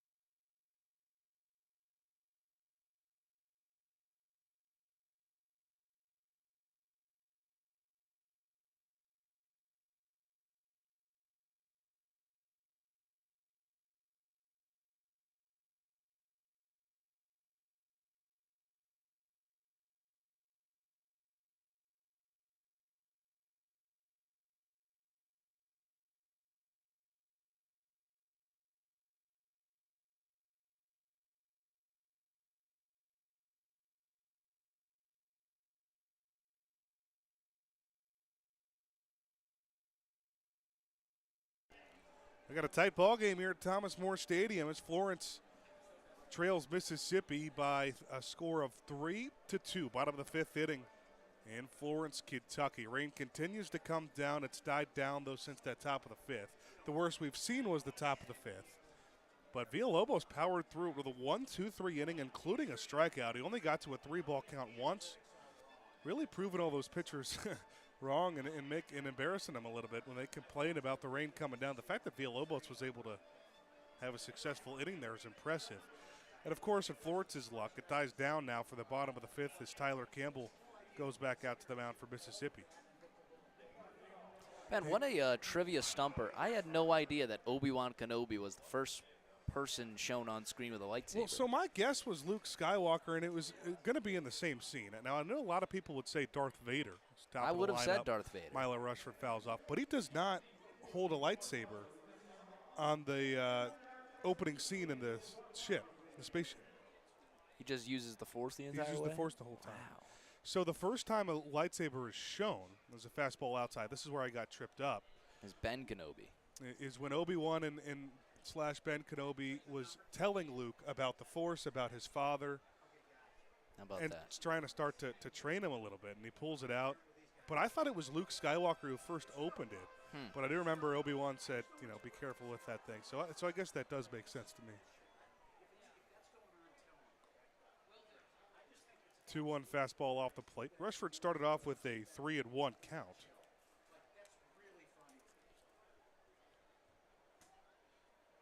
Singled back in the third. Set up a bases loaded situation where Florence ended up scratching a couple thanks to an RBI fielder's choice and a walk. Counts full on the Florence left fielder. Out of the windup, the payoff pitch is spoiled.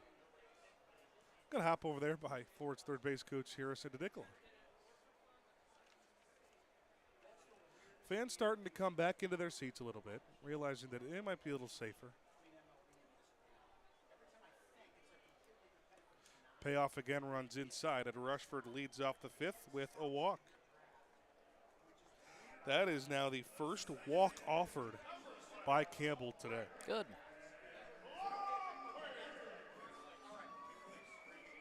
And it stopped raining conveniently for him. That's exactly what I said to open it up. With Florence's luck, that's how this happens. Blomquist with a runner on first. Nobody out. A chance Florence to tie this thing up. Watch the slider right down the middle of the plate. It's the bottom of the fifth with a 3-2 score for Edward Himmeline. Florence trails. Off the plate. Yep. All 5 runs coming back in the third inning. Both teams 3 spot for Mississippi on the top of the third, 2 for Florence in the bottom of the third. Blomquist hasn't helped out much, 0 for 2 with a strikeout and a ground out. A fielder's choice actually back in the third when Holt came home on a bases loaded, nobody out situation. It was a pretty good and smart play by Travis Holt, who was not playing in at third base. Generous strike call on the outside corner, make it a 1-2 count. Yeah. You disagree? No, an inch off. Should I go numb in the second half to those calls? I'm surprised you haven't yet. I'll tell you what, in the All-Star game, I feel like we were pretty fair on both sides. And you know what, honestly, I didn't care if the Midwest won over the Atlantic. I just wanted runs at some point. At one point, I was like, man, we need a run. 2-2 chopper, stays fair. Holt will wait back on it and throw across the diamond, but it's offline, and the tag cannot turn around in time for Fritz. Brett Blomquist beats out an infield single, and Florence is in business here in the fifth. First hit for Blomquist on the second half of the season.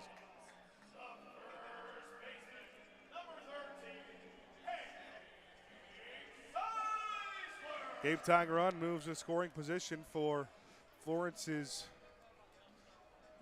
Would you call him the Florence MVP of the first half of the year? Oh, It's probably him or Blomquist. Yeah, you're right. Blomquist certainly has an argument. Captain's just done a lot, and he's breaking records for franchise.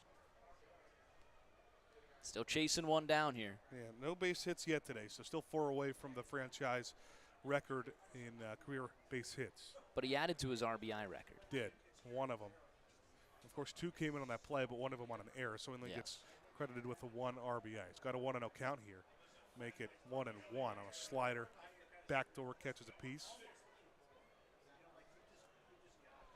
He's got a pretty hefty lead this season for the team, lead in RBIs with 52 on the season. Next most is Brendan Bobo's got 46. 1-1, punched opposite way, and curves foul. How about this, though? You go down the line, makes sense. Zeisler first on this team in RBIs, 52. 46 for Bobo, that makes sense. You go back down to third, Dylan Baker is third on this team in RBIs. Been consistently hitting in that 8-hole, too. Pretty impressive. Zeisler will call his timeout. Down to this count now, 1-2. As Campbell awaits. Campbell 4+ so far. He's given up 7 base hits now. Or actually 6. That was a walk earlier. 2 runs, just 1 of them earned. Fouls another one off. Liking the opposite field approach, 86, not something you usually are late on, so it feels like to me that Zeisler is trying to go opposite way and break out of this shift that Mississippi has. Illegal in Major League Baseball. Shelley, the shortstop, is playing on the right side of the second base bag for Mississippi. 1-2 pitch again. This time pulls it foul. The thing about the blue and black jerseys is Florence has the caps to make it cool with the white, red, and blue caps. Yeah. You know, the red helmets, though, don't go quite so well with the black and blue uniforms, but you're going to get that with the special themed jerseys. First at second, nobody out. Florence trailing by 1, and a 1-2 pitch. Zeisler skies it to center. Skinner over to his right in front of the track. Will gather. And a good throw back into the infield to keep Broussard put at second base. Actually, that's Rushford over at second. Yeah, Rushford didn't have the best read on that. Probably should have just got back to the bag a little earlier and tag up. That was definitely deep enough to tag second to third.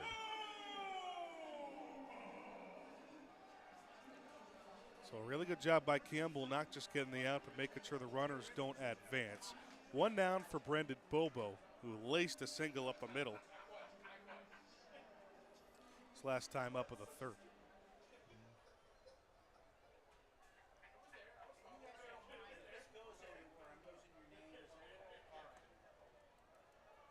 Cold strike at his knees. Really good looking pitch front door to the lefty Bobo, who again just struggled against lefties this season.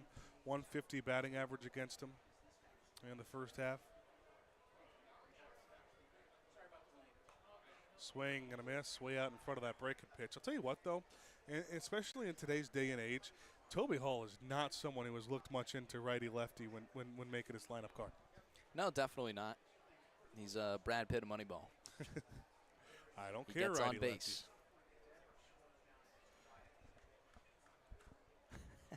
Buried a breaking ball in the dirt. Well, that's pretty good philosophy if you're following Billy Beane.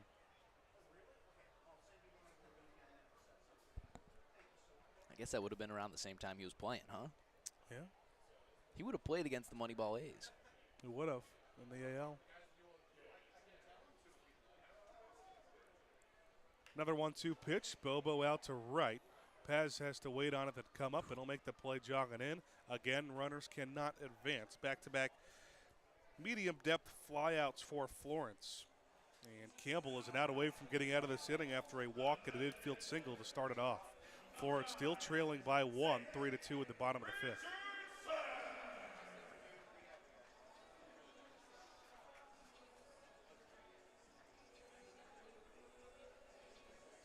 Little smile from Zaid as he steps into the batter's box.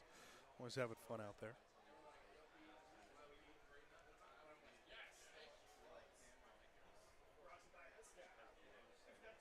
Tries to go backdoor and does catch a piece on that lower half to the 337 hitting designated hitter. The 2024 Florence Hitter of the Year.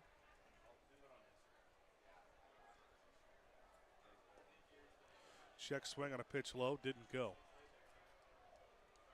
So, been there for a while. Rushford over at second, Blomquist at first. Both of them with pretty good speed on the base paths.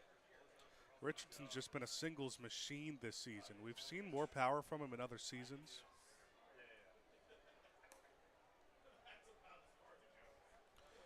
Good eye ahead of the count now, 2-1. Nice, still better power numbers than he had last year. Yeah. I think he's on a good pace to beat what he did in 2024. 6 home runs at the halfway point. Yes, Zaid. Zaid says, hey, I have the power. I want to go, a 20 home run season, but I also care about, making sure I'm helping out the team and not just swinging out of my shoes on everything. You definitely see that with a 337 batting average at 31 RBIs. Which I'll take. Absolutely. Out of your 5-hole guy, yeah. Swings 3-1, popped up shallow center. And it's just going to be the second baseman, Nathan Rose, trying to find it. Finally adjusts last second to end the inning. Florence gets 2 on to start the inning, but 3 straight flyouts as we head to the 6th. Mississippi keeps the tight lead on the Frontier League Network, powered by HTN.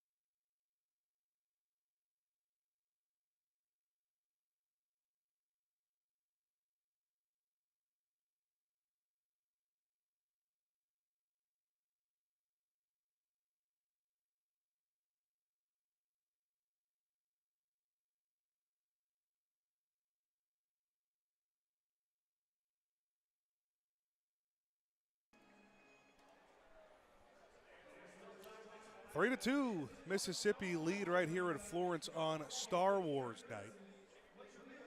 Lots of lightsabers in attendance. I had heard and got really excited for the fireworks Friday.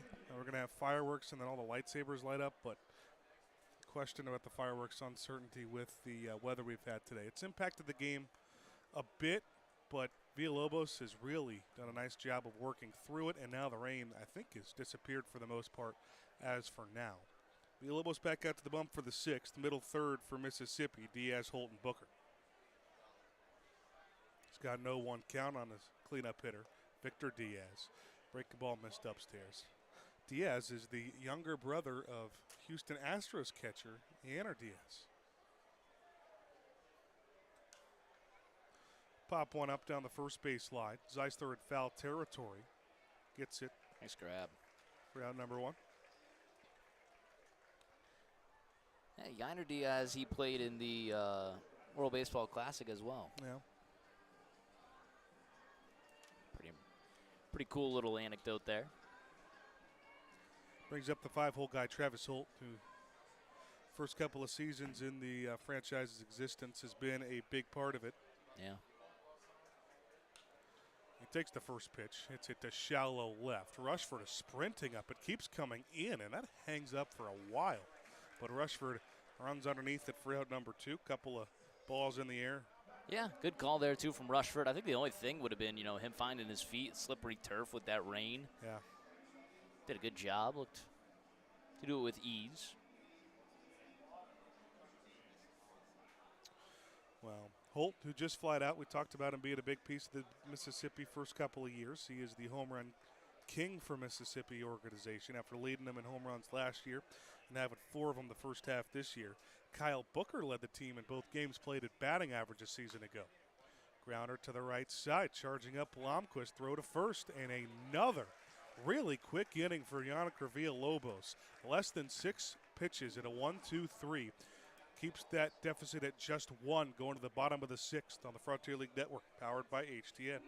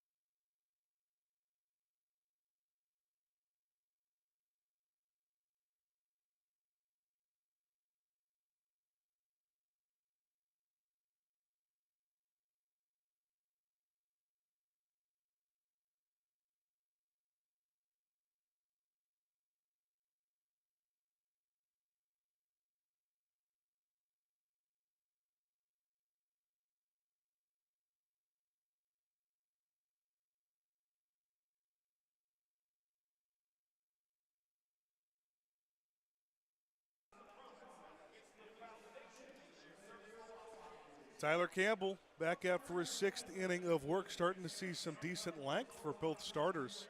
If Campbell can make it out of the 6th, Villalobos just did so in the top half of the inning for Florence. Call for the Lights always brought to you by Class Jewelers. Our diamond shining bright. Thanks to our friends at Class Jewelers. Head on over to 7365 Burlington Pike, Florence for all your jewelry needs, or call them today, 859-525-7500. Be nice if the offense could back up Villalobos, who's had a really good last few innings. It's Mississippi with the lead despite those last few innings. 3-2, all 5 runs came in the 3rd inning. All 5 combined for both teams. Tucker and Broussard at Baker, it's 6-7-8.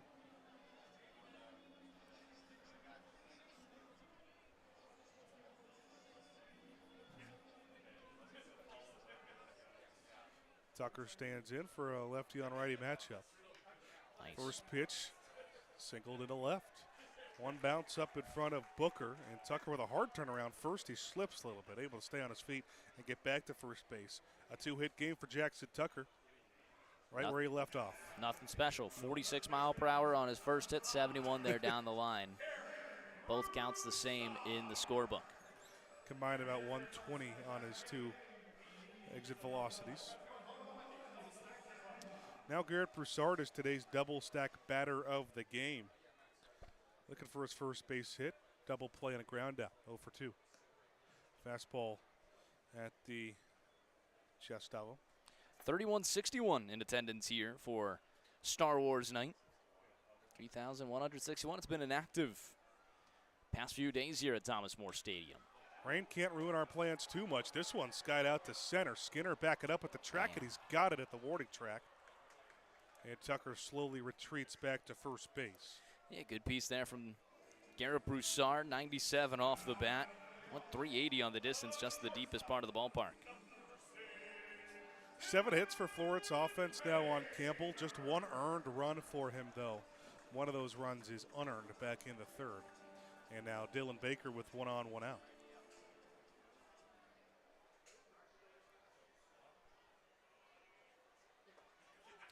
Tucker takes off for second base. Pitch is called a ball, and Tucker is into second. Throw gets into center field, but Skinner's not too deep in center, so he throws that back in quickly. And Tucker still crouched over at second base. He grabs another stolen base. That is stolen base number 19 for Jackson Tucker. Got a comfortable lead for second place on this team in swiped bags. Yes, he does. It's the first base umpire, Wes Dunkel, to just go make sure he's okay. Put that sliding mitt back on, say he's good. Game-tying run back at scoring position for Florence and Dylan Baker. Again, pitch was a ball, so it's a 1-0 count.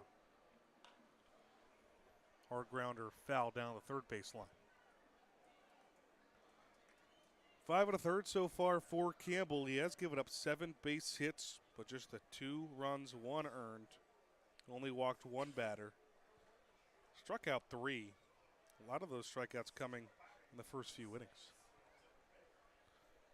Hadn't struck a batter out since Zach Beadle back in the 4th.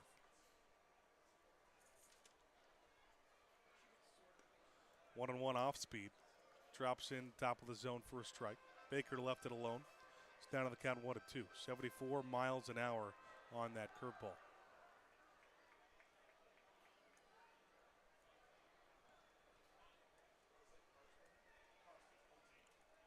1-2 pitch. Tried to land the backdoor slider, but it didn't bite enough.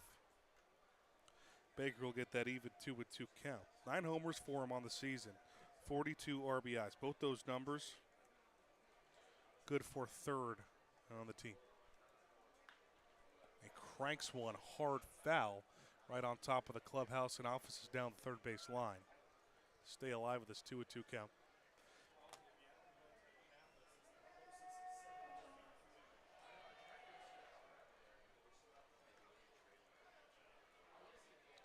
Fans braving out a little bit of rain.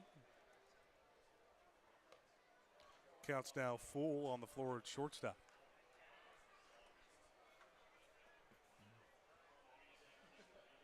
Some action in the bullpen for the Yalls. Looks like Will Karsten warming up. Payoff pitch. Grounder through the left side for a base hit, but Tucker retreated towards the second base bag. No chance to score as he does get up to 3rd. But it does put runners on the corners for Florence with 1 out in a sacrifice situation as Florence will try to tie this game and Jay Pesci makes a move. Yeah, you know, that was I think just miscommunication between the shortstop and third baseman there. That's Shelley and Holt. Both of them thought the other guy was going to get it, and they kind of backed off. Also does a good placement there from Dylan Baker. Game-tying run moves 90 feet away, and Mississippi makes a change right here at the bottom of the 6th. The Frontier League Network, powered by HTN.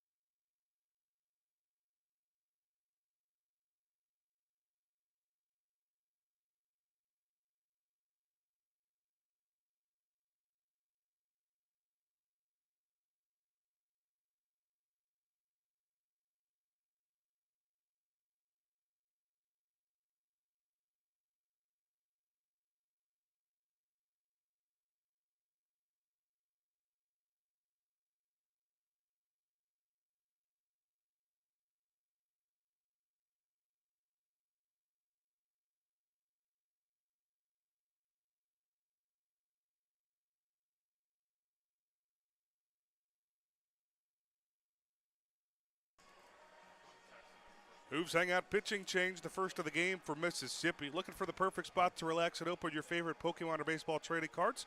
Visit former Reds reliever J.J. Hoover at Hooves Hangout today at 405 Washington Street, Suite D in Alexandria. They call on the righty, Braden Sanders. Yeah.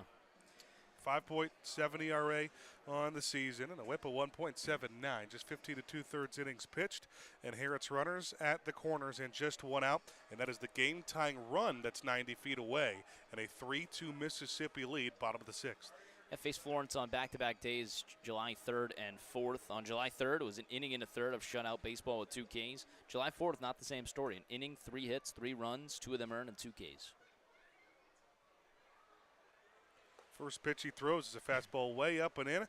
On the Florence catcher, Zach Beadle is 1 for 2 today, just 10 RBIs on the season. He's found his way back into that starting catcher's role. Well, there's still a pretty good rotation there.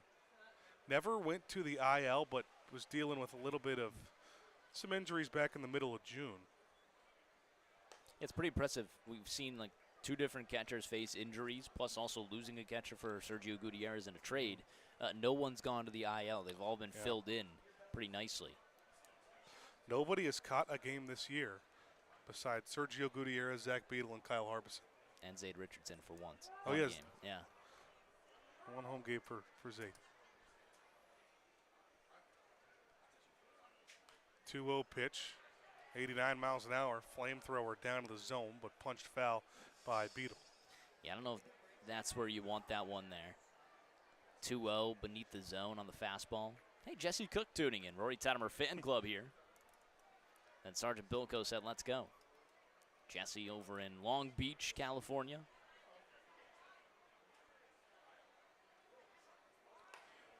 All 4 fastballs, and this one up and in again. That's the result of 3 of the 4 pitches so far, and a 3-1 count here on Zach Beadle. Man, you're really in danger of walking the 9-hitter to get to the top of the lineup with runners at first to third and 1 out. Sanders new into this game. They're actually going to start warming up someone a little quicker, just motioning down to the bullpen. Fastball, swing and a miss. Put it right towards the top of that zone. I think it may have been high. Beadle potentially swinging at ball 4. That was way high. Yeah, it's definitely upstairs. Count will run full.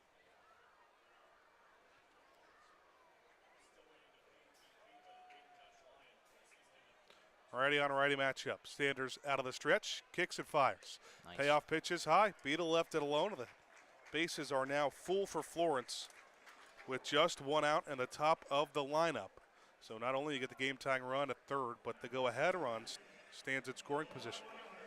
And it's Rushford who's been on base twice today, came home to score in the third. And look at this, they are nervous about Sanders. Going to already go take a meeting on the mound. We'll take that time. Jesse Cook saying, you know it. Jesse, the Long Beach Coast, believe they are split up into halves over in the Pioneer League. His team already in the playoffs. Wow. You got to feel good about that going to your second half. You know you're in the playoff spot. That's why I like that, first half, second half champions. It's the way they do it in, affiliated ball too. It's one of my favorite stories about the Cincinnati Reds. I forget what season it was. I think it was somewhere between 90 and 95. There was a strike in the middle of the season, so they did first half and second half, and this is back when. So they're going to get some sort of. I think it might be an injury. They're going to get someone up and moving. Wow. So this is going to be it looks like, because there's going to be some communication down to the Mississippi bullpen as a righty continues to warm, but now he'll have as much time as he wants. Also getting a rosin bag. Oh, I think that might just be it. Oh, they have Florence's rosin bag in hand. That are trying to get another one. Is it just about the rosin bag?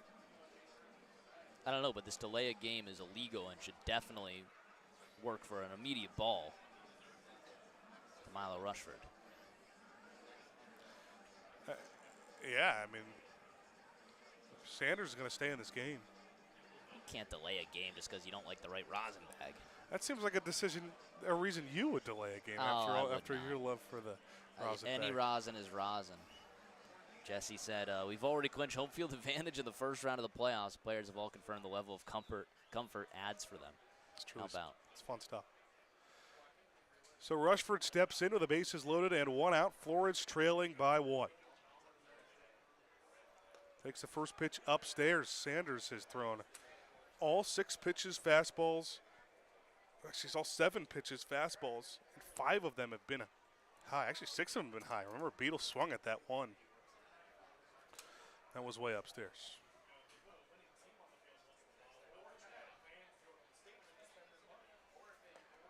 Fastball catches a piece this time on the outside part. Rushford on his last 2 plate appearances, a single and a walk. It's a dot up there, 95, just kissing the top of the zone. Sanders' fastball starting to tick up a little bit since those first 2 pitches he threw to Beetle. Rushford fouls one off of the catcher. Diaz behind home plate, and quickly Sanders back ahead of the count 1-2. So I think that's part of the decision to put Sanders into this game. Maybe the strikeout guy for Mississippi to strand a runner at third base with nobody out. Not crazy strikeout numbers on the season. 14 Ks and 15 2/3 innings pitched.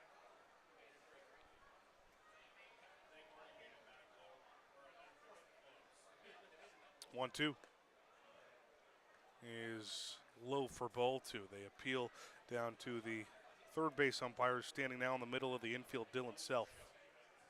Sergeant Bilko wants the Alls to capitalize. I agree. Likewise. Rushford, 25 RBIs on the season. That's even come with a pretty decent stint here as the leadoff hitter for Florence these last few games.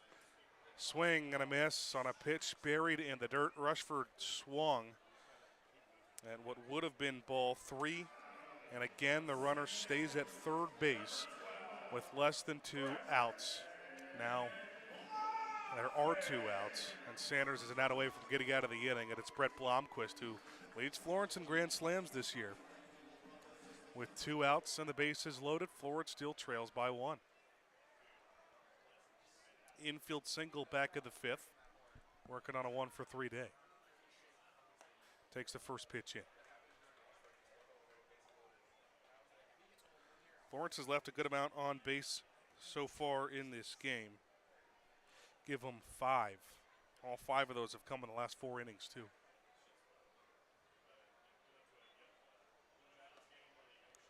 Back-to-back fastballs ran inside. Have we seen an off-speed from Sanders? I think the strike 3 pitch to Rushford was. Yeah, I would hope that was. But I think that's the only off-speed pitch so far from the Mississippi righty. 2-0 pitch is punched out to right field, drops in for a base hit, misplayed by Paz. 1 run scores, 2 run scores on his motor around third base, and scoring at the plate is Zach Beadle, and Florence takes the lead off the bat of Brett Blomquist. A 3-run base hit. It's 5-3 Y'alls here at the bottom of the 6th. That was epic as they come.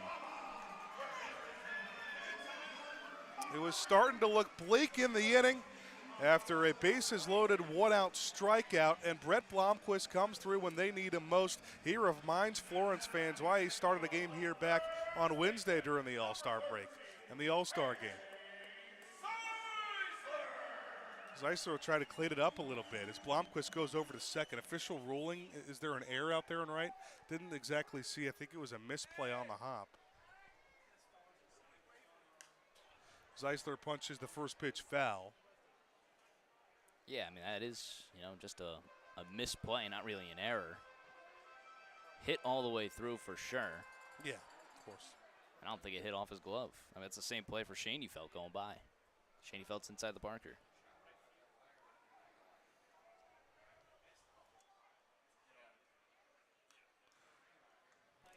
0-1 pitch fouled back at Zeisler.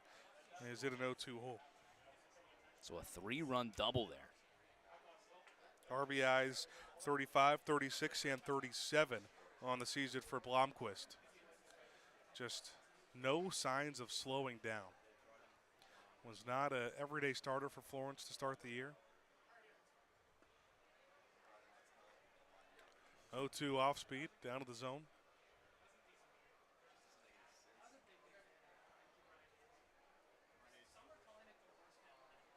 So 2 of those runs will be charged to the Mississippi starter. Yeah, Braden Sanders. Not Braden Chopper up the middle, and it's going to be played by the shortstop, Shelley, who missed through it to first. He was on the right side of the second base bag. Perfect spot for the shift, but an easy throw, and Zeisler gets around that tag on another error for Mississippi. This time it's an E6, the second error for Mississippi today.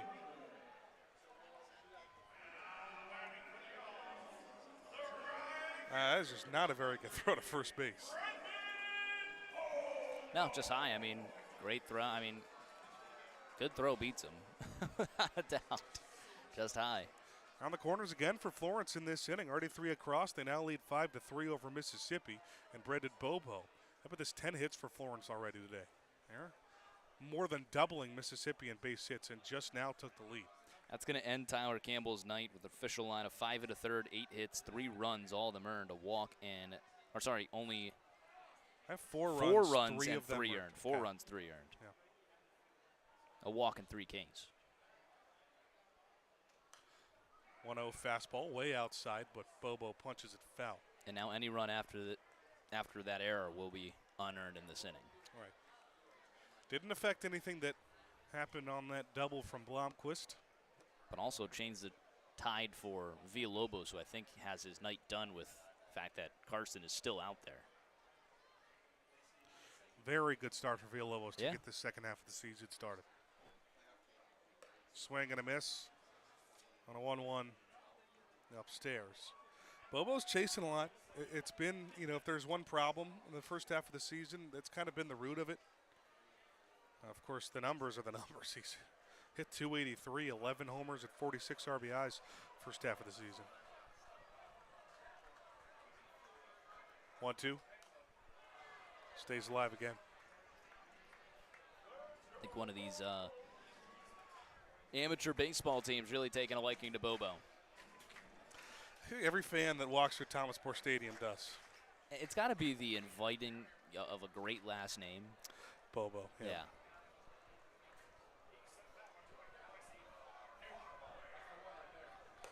1-2 is up and away. They're chanting Bo, Bo, Bo, Bo right now. Yeah. I haven't heard it in that cadence. No, neither have I. Couple of them wearing their team hat, couple of them wearing the Y'all's hats. Deucers are wild. 2-2 count, 2 outs. Bottom of the 6th. And Bobo skies one to right center. It's Paz and Skinner going in on it, and Braylon Skinner to end the inning. 3 across for Florence, and they now have a 5-3 lead. Brett Blomquist clears the bases, and Florence is 9 outs away from picking up a win on the Frontier League Network, powered by HTN.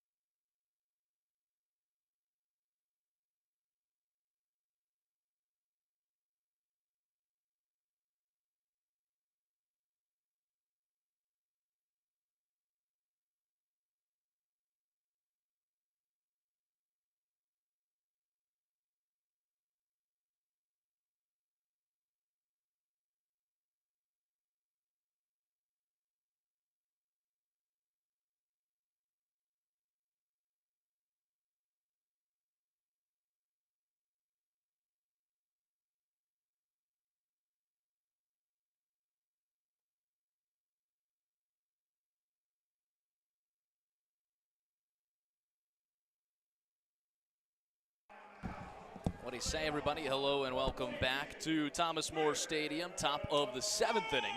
Florence now with a 5-3 lead over Mississippi.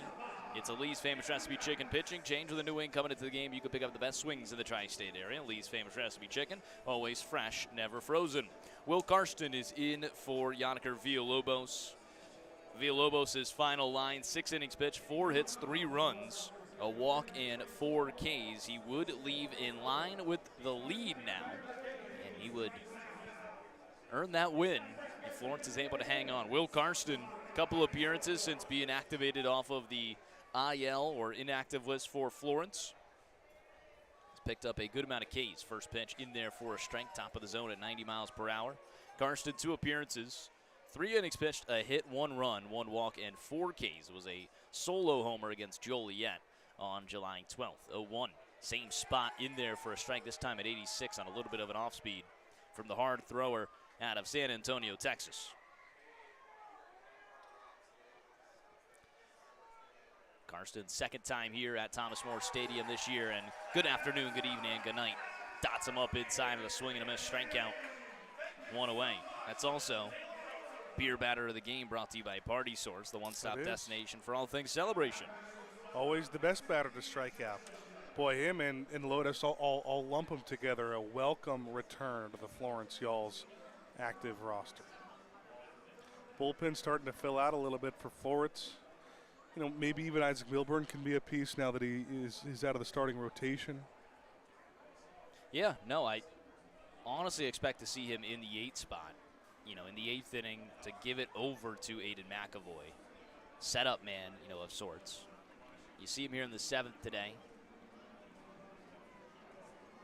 And Lotus you could put in the 7th-inning spot. Yeah. You know, that's just the way I figure it. Lotus was, you know, a point, the closer last year. Then Karsten got a couple saves. Was all over the place. First pitch, a swing and a miss to Joshua Shelley. Sorry, foul tip there. I'll tell you what, back of the baseball card for both of those players looks so similar. And I'm not just saying with the stats, but with the route. The Oklahoma to Lexington to Florence. Yeah. Both those guys played for all 3 of those teams. Different on the golf course, I will say that. Are they? Yeah, okay. Jets about a 1 handicap. And Karsten not quite. I don't know what Carson's handicap is. It's not 1. He's a good player. Yeah. 0-1, swing and a miss. 0-2. All strikes so far for Will Karsten.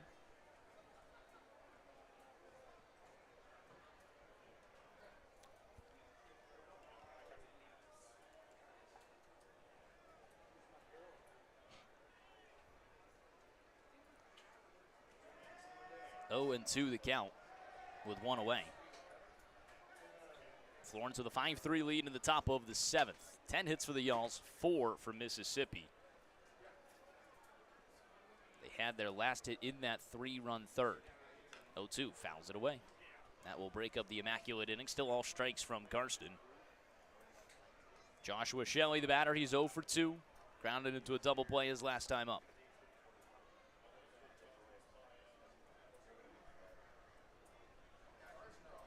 Kicks the 0-2 pitch, fouls it away, off the leg, and that'll hurt Shelley. Does not have padding there, it looks like.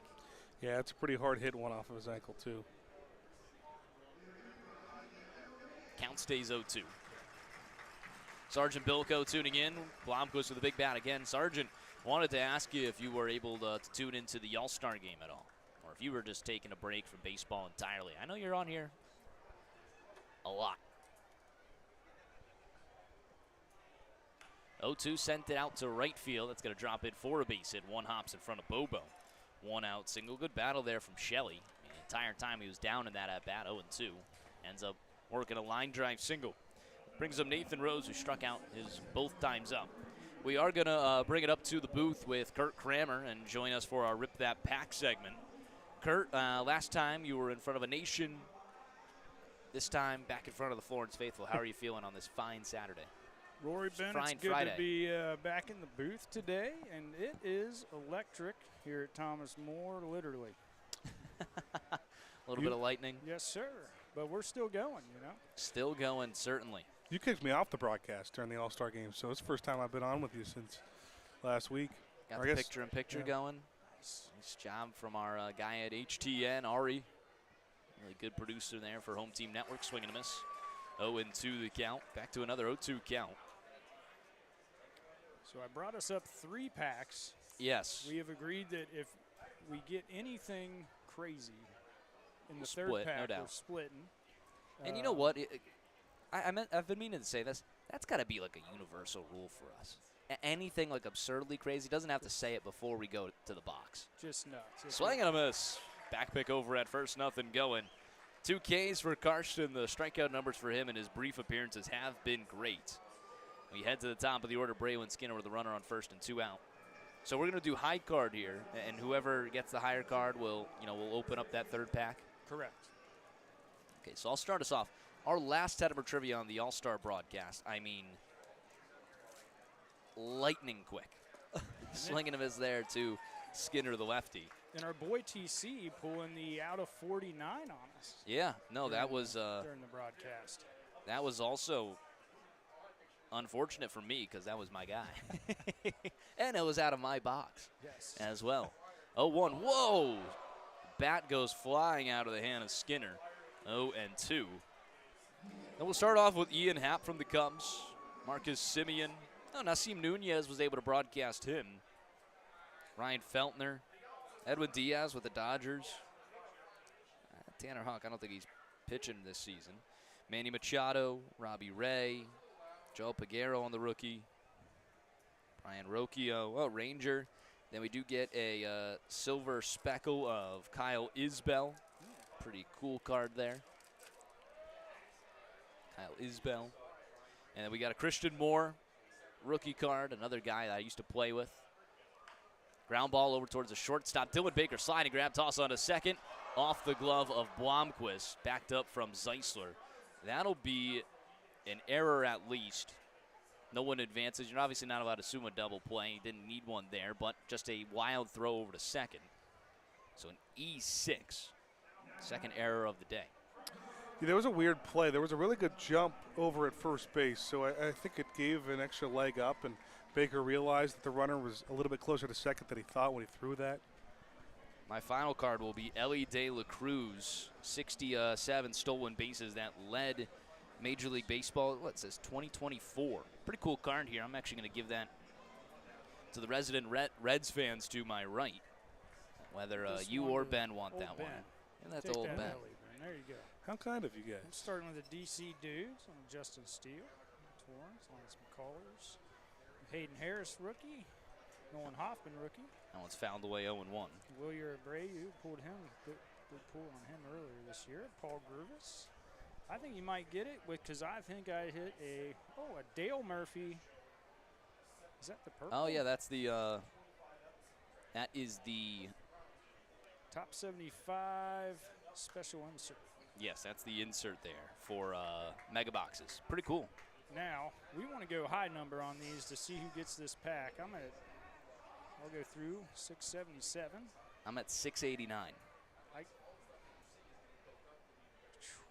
Wow. You got me. And what was the Ben? What was your card? What was the number on that insert? 0-2. Swing and a miss, in and out of the glove. They're going to say a foul tip. Wow. Could have ended the inning there. It's runners first and second with 2 away. It's got a special insert number on it. So Mr. Tettemer with the pack win will get the additional pack. Fingers crossed for a Hank Aaron rookie, and you and I take a trip to Vegas. That's the first place we'd go, Vegas? Yes. 0-2, Karsten, the 0-2 pitch, grounds it slow down the third base line. Broussard picks it up foul. Call the wifeys at home and say, sweetheart, I'm on a plane. You just have to say to your wife. Yeah, you just got to say that to your wife. Yes. Yes. Maybe we'll bring your old man with us. Old Rich Tettemer joins us for the trip to Vegas, too. Agreed. Our good man Matthew Fornesh in the booth dropping off some snappy tomato pizza. Some of the best pie around. Matt, our general concessions manager, any man who sweats like that is always doing a good job. He holds it together good for us here. 0-2 all the way to the backstop. That'll move runners second and third. Just slipped out of the hands there of Karsten. Also now a 1-2 count. It's got a fun look into the. Or it's nice to get a look like this into the booth. See what's going on behind the scenes. Well, you know what? We'll cheer on Matt for giving Ben his pizza, but I ordered Lee's Famous Recipe Chicken, and I got a burger here. So we will give him a demerit on that. He breaks even. And you know, that's one of your workers there, so that's also going to be a bad reflection on you. He is his own person. But I will say you'll take care of it because you did bring my dad up some Lees. Yeah, there we go. As well. We're back in. Or back even.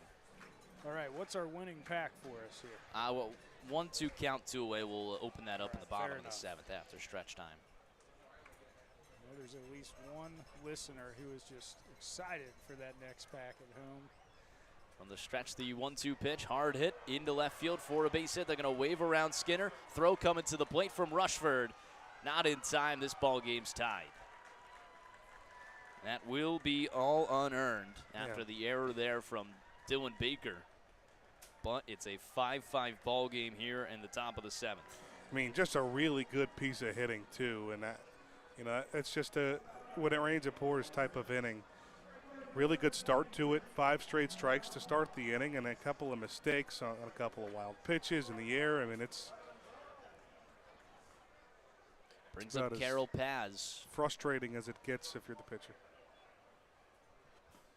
An easy wave around there for Pecci when Rushford had picked that ball up. I don't even think Skinner was at third yet.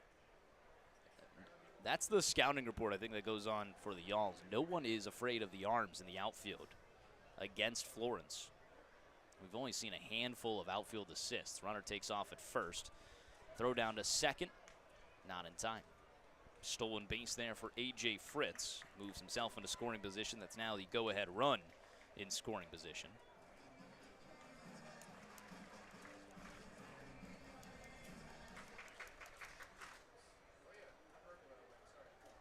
One and one the count to lefty Carol Paz.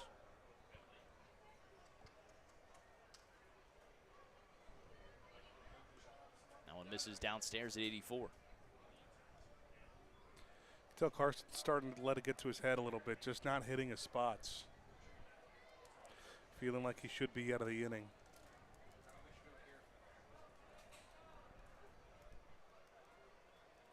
Two one.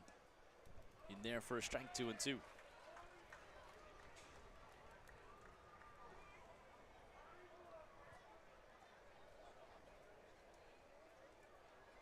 Kurt, you a big Star Wars fan? Yes. Lord of the Rings, my favorite movie. Back to the Future and Star Wars. Lord of the 80s Rings is your baby. favorite, and then Back to the Future and Star Wars. Yes. Got it. It's a good list. What's your favorite Star Wars movie? I'm going to have to say Return of the Jedi. Okay. And one misses inside all the way to the backstop, puts a runner, the go-ahead run, just 90 feet away. Big-time gut check moment here for Will Karsten. A full count to the 3-hole for Mississippi. Now, I've thoroughly enjoyed all the new Mandalorian stuff. It's been great. Do you like these jerseys? I like the jerseys this year. I thought the jerseys last year were great. Yeah. Our front office department, they do a great job with all these jerseys they come out with. I've really liked all the jerseys this season. Payoff, base hit down the third base line. That'll bring home the go-ahead run. That gets away from Rushford on the way to second. It's 6-5 Mississippi. Fans like them, too, because there are none left. Really? They are gone. They were gone quick. Wow. It's an RBI single for Carol Paz. Toby Hall's going to come and try and calm down his righty reliever. Again, these runs are unearned, but it's now 3 hits against Karsten. And he's going to head to the pen. Yeah. Yeah, I was really hoping they'd put Chewbacca in our dugout tonight, let him come out, talk to the pitchers. No go, though. Yeah. I pitched the idea. They said not happening. Lee's Famous Recipe Chicken pitching change when we return on the Frontier League Network, powered by HDN.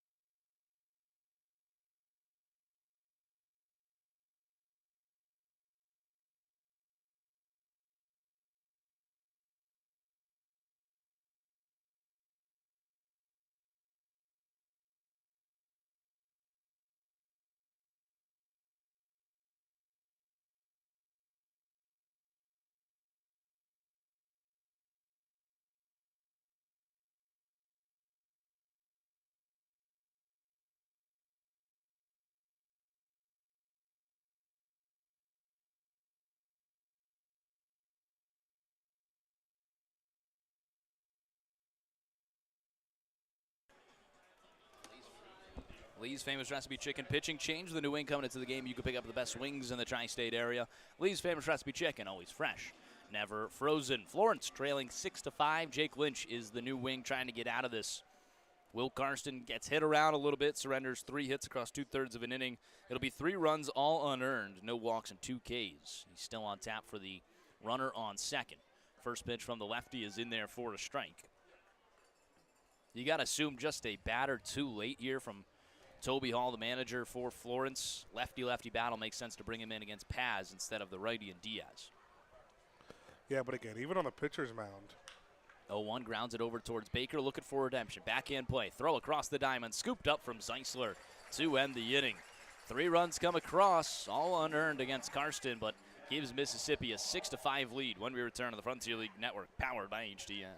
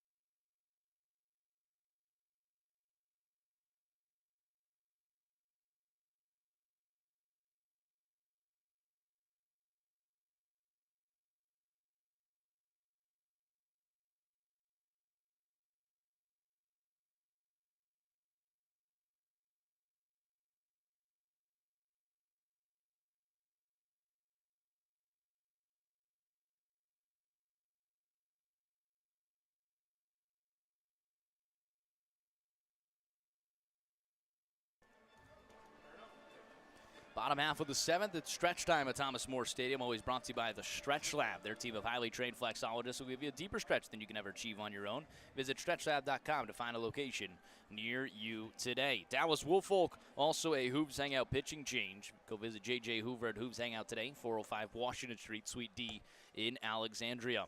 Woolfolk, the right-handed pitcher, has faced Florence a good amount of times, including just a couple of weeks ago.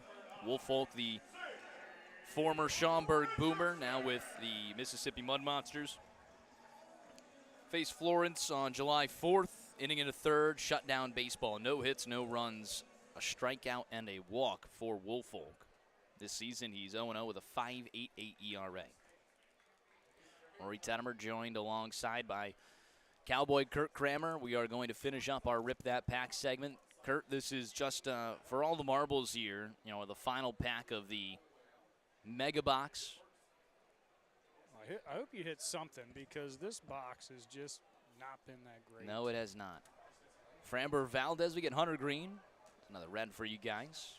Aaron Nola, Philly for me. Is that a Philly you want right now? No, not currently. Kyle Tucker.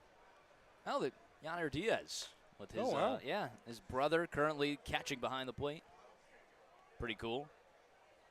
Hopefully someone from Mississippi is tuning into our broadcast and can see that we pulled that. Very great. 2-0, swing and a miss. Zade Richardson at the plate. Kane Cavalli, Kyle Harrison having a good season. Carlos Correa, George Kirby. And let's get to our inserts. Doesn't look like much, Kurt. Bryce Eldridge and Ricky Henderson. Ricky Henderson on just a stolen base insert. Will shout out Bryce Eldridge on the Stars of the MLB. Was able to sell one of his cards today for $250. So I will take that exponentially. So the two of you, we're going to split that one. I'm going to tie it. You pulled the two best base stealers in baseball history, Ricky Henderson and Ellie De La Cruz. I was going to say, I didn't pull Jimmy Rollins. And Kurt, they can have that. Some lucky fans getting some cards tonight. All right, so we're at 9-8-5. You guys got to stop tying. I'm done doing it. Well, you know, that's Top's fault. That's Top's fault. If anyone in Top's Nation is listening, please send us a loaded mega box. Well, nothing's been better than that Chrome Platinum that had, 3 or 4 numbered cards in it. I agree. Now, Rory, what's your favorite Star Wars character? On the spot. On the spot. Just like that, huh? Easy.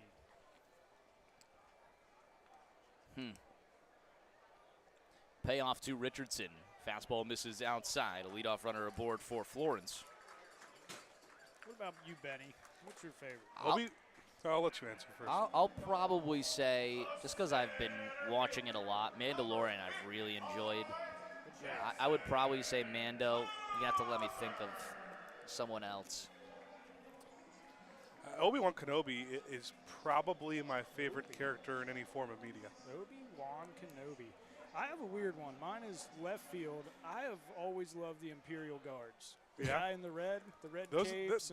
That fight scene, was it The Last Jedi or was it I think it is. They finally Force fight Awakens? the Imperial Guards. Yeah. You know what? You know who I like? General Grievous.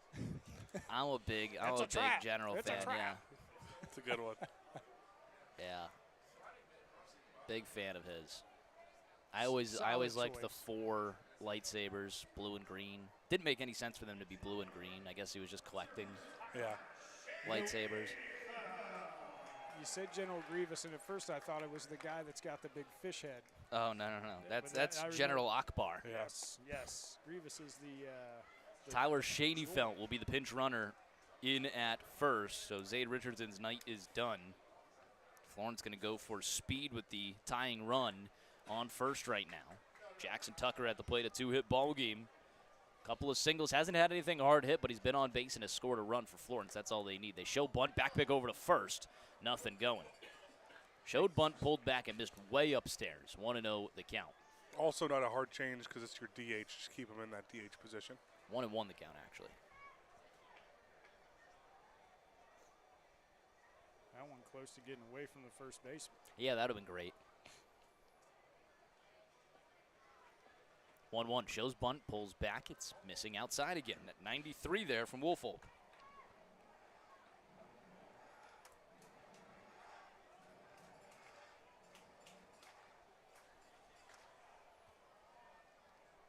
Two and 1 the count to Tucker.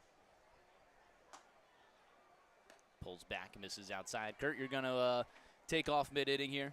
Yes, sir. I'm going to go check on some concessions and make sure the Nathan's hot dogs are still rolling out and have me a good old cold tasty beer in about 2 innings here. So, gentlemen, thanks for having me up again. Another one to rip that pack, and it looks like we'll get into something new tomorrow. Yes, I'll have to get us something new for tomorrow. That one's in there for a strike, top of the zone, kissing the top. Not going to get any applause from the Florence faithful.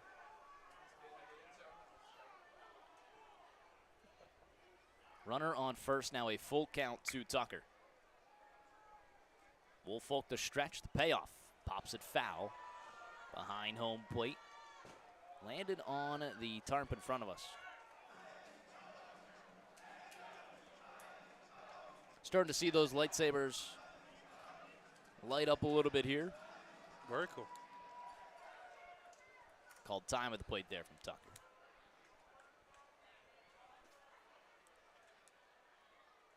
They are right. You know, once you have everyone in attendance and everyone's lighting up the lightsabers at night with the fireworks going on, it is a very cool scene. Shaneyfelt bouncing around over at first. The payoff pitch. Swing and a miss, top of the zone. Shaneyfelt off to second. In and out of the glove of the second baseman, Rose. A stolen base for Shaneyfelt. That's number 30 on the season for Shaney. Tucker doesn't get the job done. He strikes out, but Shaneyfelt takes care of it. Now in scoring position for Garrett Broussard. Well, it was dangerously close to a strikeout throw him out, but man, Shaneyfelt just has that knack for getting around tags. And of course, didn't need to there. It's almost a game of 8 innings for Mississippi is the way they've had it. Chris Barraza has been lights out, especially against Florence this season. We saw him in the All-Star game flashing 95-96, striking out the side. Has been the best pitcher for Mississippi and their staff. So you have to get something in this inning or the next before you enter the ninth for him to close it out. And one missing outside. Florence's only win in that series in Mississippi, that was a called strike on the outer half, 0-1, was when Barraza had only thrown the first 2 games and was not available for that final one. Saw him down here in the All-Star game. 0-1, misses Wednesday. out. Couple of sliders there from Woolfolk. 1-1 the count to Broussard. Broussard 0 for 3 today. Trying to show off why he was an All-Star.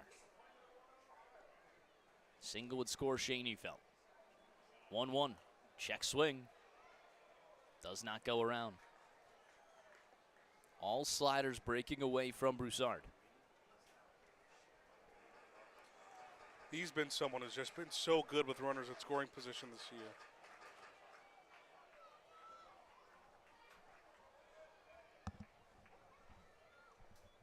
2-1. Base hit through the left side of the infield. Schoenfeld will get a wave around home. No throw to the plate. Broussard ties this one up at the bottom of the 7th. It's a 6-6 ball game. Without a doubt, Schoenfeld was getting a wave around there, and he didn't even need to draw a throw. It's never anything flashy or special with Garrett Broussard. Just a simple approach to the fundamental play. Pull side grounder through the left side of the infield. Getting it done again with runners on base in its scoring position.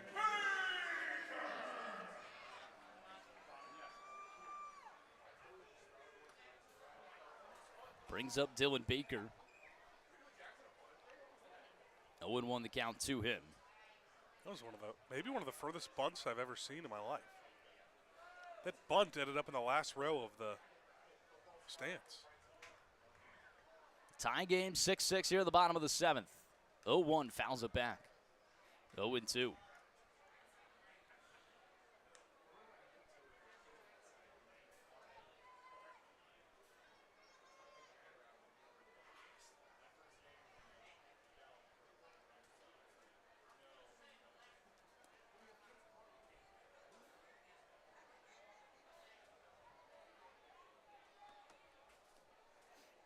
Broussard, the runner on first, 1 away. 0-2 pitch, misses outside. This is where we've seen Baker, I wouldn't want to say struggle, but with an 0-2 count, he just keeps that same swing. That's nothing bad on that. It's just if that swing's getting too big, that's where the strikeouts come through. Yeah. Here's the 1-2. Punches it over towards left field. Booker comes in, and it bounces first before he makes a sliding grab. On second safely is Broussard. Booker tried to get that on a slide, just scoops it up instead. It'll be another hit for Dylan Baker. He's been on base all 4 times today, 2 for 3 with a hit by pitch and also reaching on an error. And Garrett Broussard took a weird stumble into second base, and out comes Patrick McCormick to look at him. Well, that's concerning just for numerous reasons. In this game, you already have Tyler Schoenfeld, who would be your backup second baseman as a DH, because Blomquist would be the person that goes over to third. Thankfully, it's just going to be quick talk. Patrick McCormick's not even going to go touch anything on the leg. And Broussard will stay in the game. Yeah, that is very good. I mean, you have such a limited number of guys on the bench that can play infield. You'd either put Schoenfeld into the game and lose a DH, or put Bobo into first. Yeah. Blomquist moves over to third, and then Zeisler goes to second. First pitch, check swing from Zach Beadle, doesn't go around. Or catcher over at first base when Zeisler goes to second. Yeah. All moot point. All moot point. 1-0 the count to Beadle with runners first and second. That's the go-ahead run in scoring position. The 1-0 in there. Also got to tip the cap to Toby Hall. That move of Zade Richardson ties this ball game up. Put Zade Obviously, he gets on base with a walk, but you take him out for Tyler Schoenfeld. Those wheels scoring from second on a single, really good. Oh, and misses outside. It's a great call there from the skipper for Florence.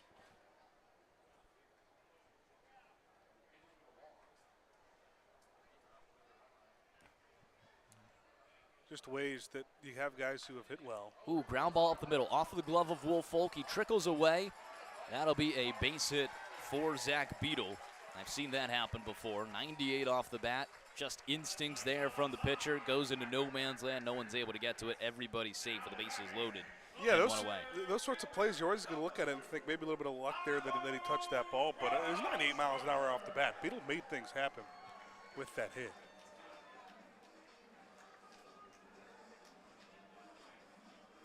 How about this sacrifice situation to potentially give Florence the lead? That's not a sacrifice situation. That's a second sacrifice fly is what you're going with.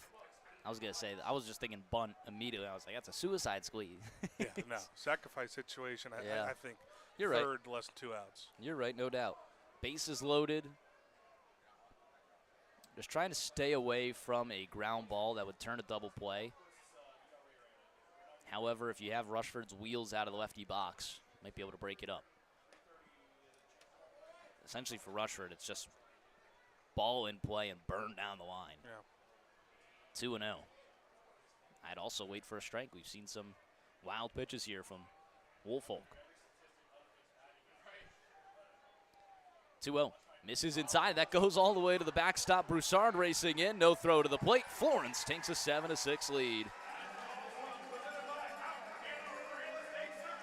And my prediction comes true. Way to speak it into existence. Maybe we call that the reverse announcer's jinx. And again, you see a lot of mistakes in this game outside of just hitting the ball. We've seen so many wild pitches and so many errors. Without a doubt. Without a doubt. It's 2 errors for both ball clubs. Seen those wild pitches. 3-0 is in there for a strike at 92.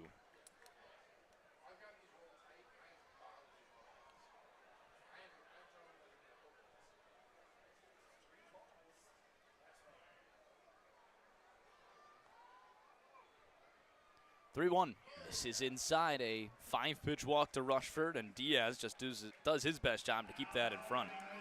Yeah, and it starts to become decision time for Mississippi, too. How much do you really want to ride with Woolfolk?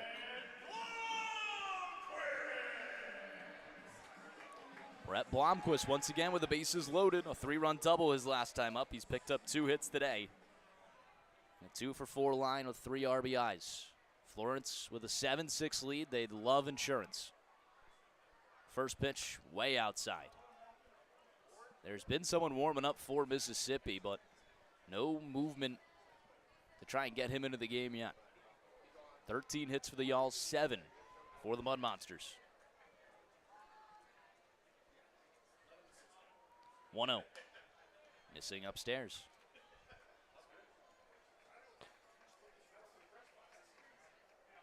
Now, if you're Florence, does your approach change a little bit on what you do with the bullpen in the 8th inning now?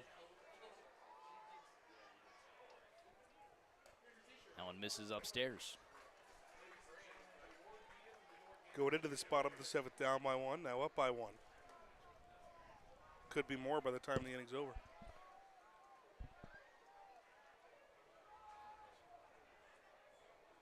.3-0. Misses outside by a couple inches. That'll walk in another run for Florence. Now 8-6. Yeah, Woolfolk dancing around that zone. That's going to be frustrating for him. And now Pxp out to the mound. He will make a move. Yeah. Florence picks up 3 runs. Like we said, needed to get something here in the 7th. And they certainly come through. It's 8-6 Y'alls, bases loaded, 1 away, head into the bullpen of Mississippi when we return on the Frontier League Network, powered by HDN.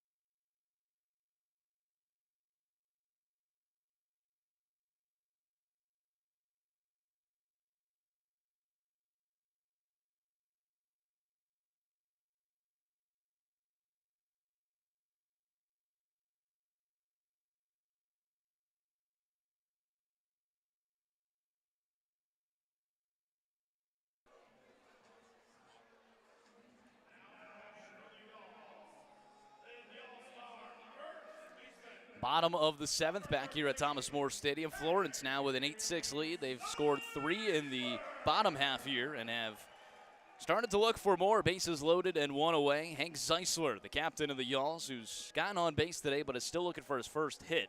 Picked up an RBI fielder's choice and reached on an error. He's 0 for 4, but now with the bases loaded, 1 away, a good opportunity here for the captain. New pitcher in for Mississippi is Connor Langrell. Langrell, the righty, 0-2 record, a 3.86 ERA. He's been a very good relief pitcher for Mississippi this season. Faced Florence just once, 1-0. In their first strike, 1-1. July 4th, 2 innings pitched, 3 hits, 3 runs, no earned runs, a walk, and a strike count. 1-1 the count. 1-1 pitch, misses outside, 2-1. Florence, let's see how they got this damage. A walk to Zade Richardson. They replaced him with Tyler Schoenfeld as a pinch runner to tie the game up there, hoping they'd tie the game up. RBI single from Garrett Broussard after Schoenfeld stole a base. That brought him in to tie it up at 6-6. Then a single from Baker, a ground ball up the middle from Beadle that glanced off the pitcher's glove, gave it a single there. A walk with a wild pitch inside it to give Florence the lead, and then an RBI walk to Brett Blomquist to give them the 8-6 two-run lead. Now with the new pitcher. Another big inning for Florence. Yeah, they've This had, offense, you know, how many times have we seen a one-run inning for Florence? It just feels like it hasn't happened yeah, not a often. whole lot this year. I can tell you how many times we've seen multi-run innings. Florence has 3 here today. A 2-run inning and 2 3-run innings. They've surrendered 2 3-run innings as well. Bases loaded. 2-2 to Zeisler. Swing and a miss on the off-speed inside. Second out of the inning. Yeah, that's a big strikeout. You got the best hitter at the plate, lefty on lefty matchup, or rather righty on lefty matchup. That's going to benefit the lefty. Yeah. Here is Brendan Bobo. He's 1 for 4 with a single back in the 3rd. Another big opportunity for him, and wouldn't he love grand slam here? Get him up to 50 RBIs on the season, 12 homers. The crowd is really chanting on Bobo. First pitch misses inside. Langrell attacking these hitters inside, the lefties at least.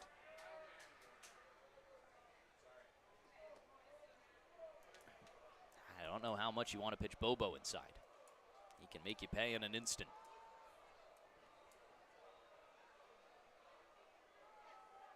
1-0. Pops it up in the infield. Right side, all over it is Rose, the second baseman, with the call to end the inning. Florence brings home 3 and strands the bases loaded. They carry an 8-6 lead into the top of the 8th when we return to the Frontier League Network, powered by HDN.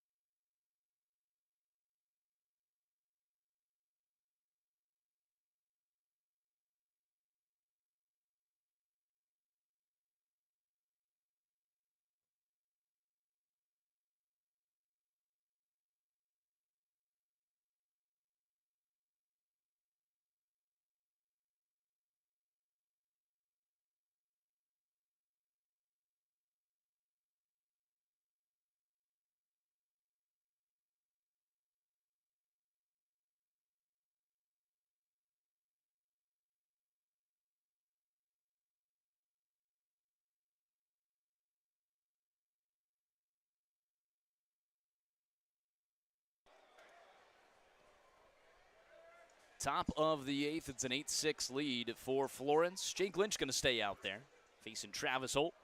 First pitch misses downstairs.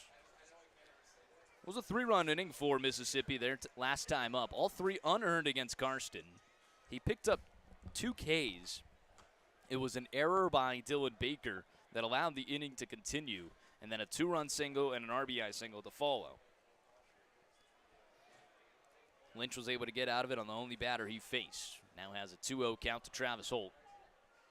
Talking a little bit about Jake Lynch, the lefty for Florence. Another guy that, obviously hasn't had many appearances. There's a foul ball down the third base line. Lynch started the season on the IL after that scary incident in Washington in the preseason game, getting hit on a comebacker up the middle while he was on the mound. Just a couple appearances for him. 2 2/3 innings, 1 hit, 3 runs, 2 walks, and a strikeout. Allowed the 1 home run there. Did not pitch in the Joliet series. 2-1. Sky down the right field line, foul. 2-2. Sergeant Bilko said, very glad Garrett is okay. Also love the reverse announcer's jinx. Why don't we take a look at our out-of-town scoreboard presented by Thornbush Whiskey, powered by iScore. Thornbush is a new frontier in the world of whiskey. Bold, smooth, wildly unexpected. Come try the new official cocktail of the Florence Y'alls at Thomas More Stadium. So first up on our out-of-town scoreboard powered by iScore presented by Thornbush Whiskey. Bottom of the 6th, a tie game in Evansville between the Bolts and the Otters. Windy City scored 2 in the first and then tied it back up in the 5th. 3-3 the tie there. Now in the bottom of the 6th, Evansville the runner on first and 1 away. Big time matchup, a couple of playoff teams there as it stands. Yeah. It will be the matchup as it stands. 2-2, swing and a miss, bottom of the zone. Beetle applies the tag. Here's another K for Jake Lynch, his 2nd of the season, in a big-time first down against Travis Holt. That'll bring up Kyle Booker. Yeah, I mean, it's always the nice flip around. I mean, you go into the bottom of the 7th trailing, you go out winning. You also get greeted by 6 outs needed. It's 5, 6, 7, 8, 9, yeah, and 1 are the next 6 guys coming up to the plate. It's a talented lineup for Mississippi. I think the last time they were here in Florence, we were talking about how really skilled it is. I think anytime you have your leader in RBIs batting 6th, just kind of extends it a little bit. Well, we talked about how much impact they had on the bases, and you had, they had Skinner and Booker as the first 2 in the lineup last time they were here, and they just did so much on the base paths with those 2 guys. Now, Booker moved way down to the lineup now to batting 6th. 0-1 grounder up the middle, and that's through for a base hit. 1-out single, his first hit of the day. That'll bring up Samil De La Rosa, who's 0 for 2 with a walk. Samil De La Rosa struck out his last time up. Next up on our out-of-town scoreboard, Schaumburg with a big lead over Joliet, 9-3 in the bottom of the 6th there, and that's at Schaumburg. Just a totally different team at home than they are on the road.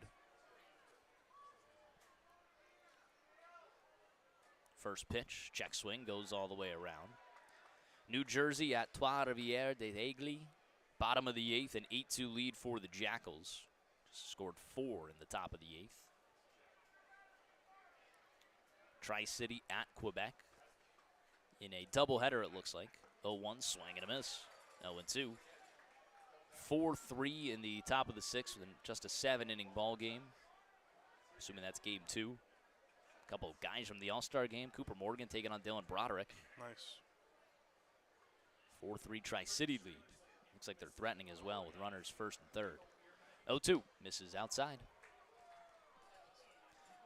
8-6 Florence lead here at Thomas More Stadium over Mississippi. Top of the 9th, the Crushers with a 6-4 lead over Gateway. I don't know which one to root for there. Gateway, obviously the direct competition, but Joliet is chasing us down in the standings. That one misses downstairs. 2-2. Top of the 9th, 6-4 lead there for Lake Erie. Top of the 9th in Brockton. 3-1 lead for the Rocks over the Miners, Sussex County.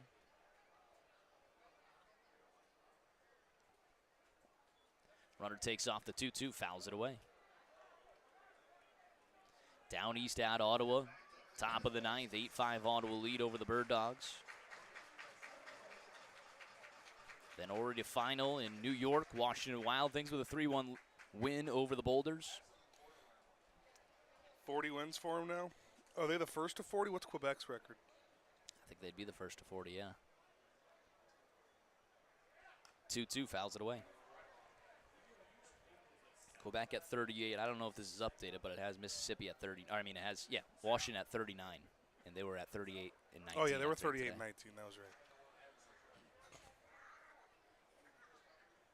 And then the game one of the doubleheader, a 9-0 win for Tri-City over Quebec. Swing and a miss. Foul tip again. In and out of the glove there of Beadle. They're doing a good job staying alive. That concludes our out-of-town scoreboard. Always presented by Thornbush Whiskey. 2-2 the count. One away and a runner on first. Florence with an 8-6 lead over Mississippi. Tying run at the plate. 2-2. Skies it out towards left center field. Rushford is there. He makes the grab for out number 2. 2 away for Joshua Shelley, who's 1 for 3 with a single and a run scored his last time up. 2-out damage is what really put Mississippi in front in that top of the 7th inning. Florence got to be careful here. Inning not over. Definitely not. 2 outs in both those innings where Mississippi rattled off 3 after. First pitch, missing at the top of the zone. 89 miles per hour there on the fastball from Lynch. Lynch's last time playing baseball was in the MLB Draft League with the West Virginia Black Bears. 1-0, skied foul. He was a starter there. Picked up 8 starts, 48 2/3 innings pitched. 2-1 record with a 6.1 ERA. He comes over to Florence and he's working as a pretty high-end reliever right now. I mean, obviously pitching here in the 8th in a 2-run ball game. He was the one called upon to try and get out of the inning with Will Carson on the mound. 1-1, misses outside. 4 collegiate seasons, last ending with Lipscomb. 3-6 record, 5.27 ERA across 82 innings pitched. 56 appearances, just 2 starts. 82 Ks and 39 walks. Runner takes off the 3-1, misses downstairs. Sorry, 2-1. Off the bag is Kyle Booker, and he will be tagged out. Florence helped out a little bit there from the slick turf, and that will end the inning. Wow, look at that, an unconventional 1-2-3. We head to the bottom of the 8th. The Y'alls looking for insurance on top, 8-6 when we return on the Frontier League Network, powered by HDN.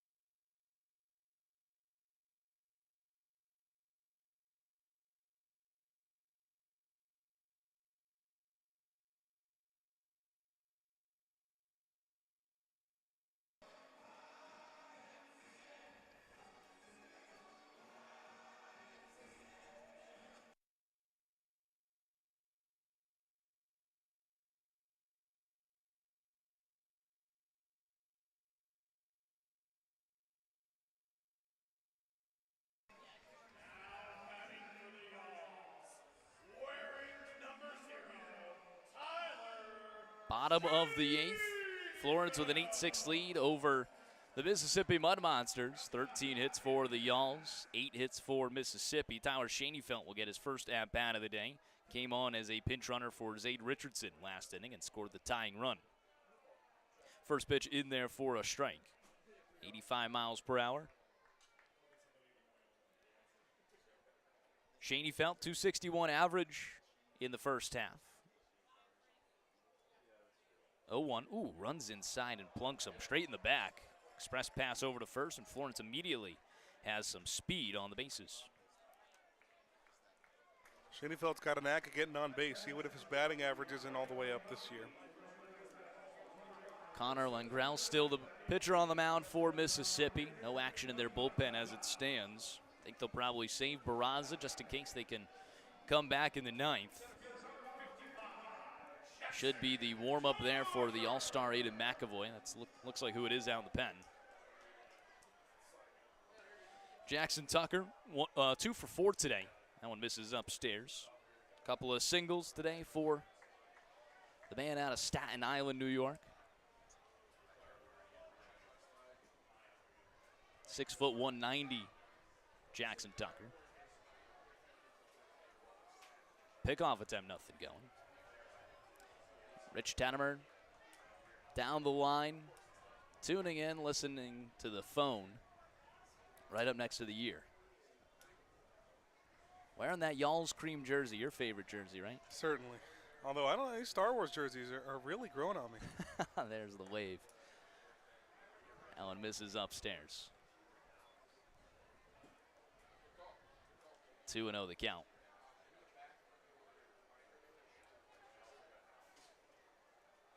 The Star Wars jersey is growing on you. 2-0. Skies it high, shallow in the infield, actually.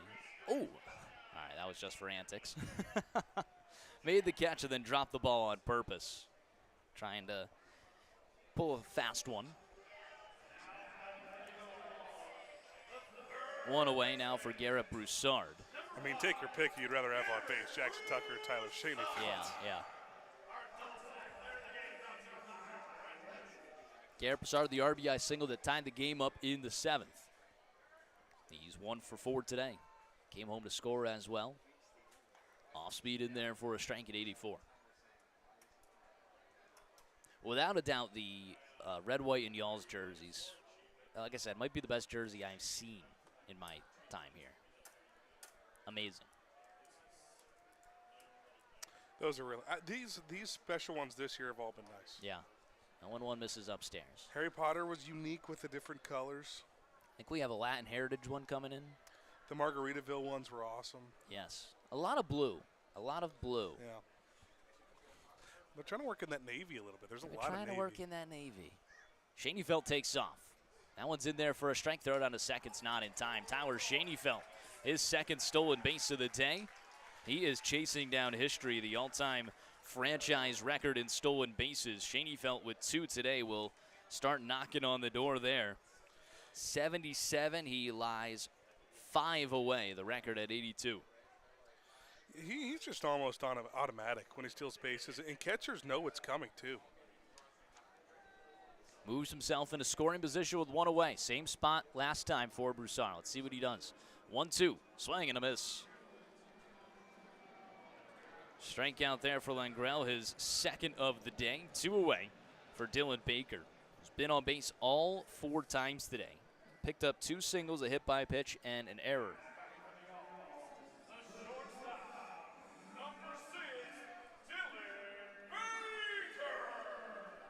That single was a really good piece of hitting too back in the 6th. 0-2 count, had to be defensive, just flung his bat out there, but caught the sweet spot.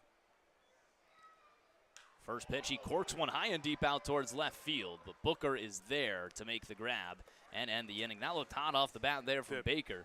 We will head to the top of the 9th. It's an 8-6 Florence lead. The closer and all-star, Aiden McAvoy, looking for his 14th save on the season when we return on the Frontier League Network, powered by HTN.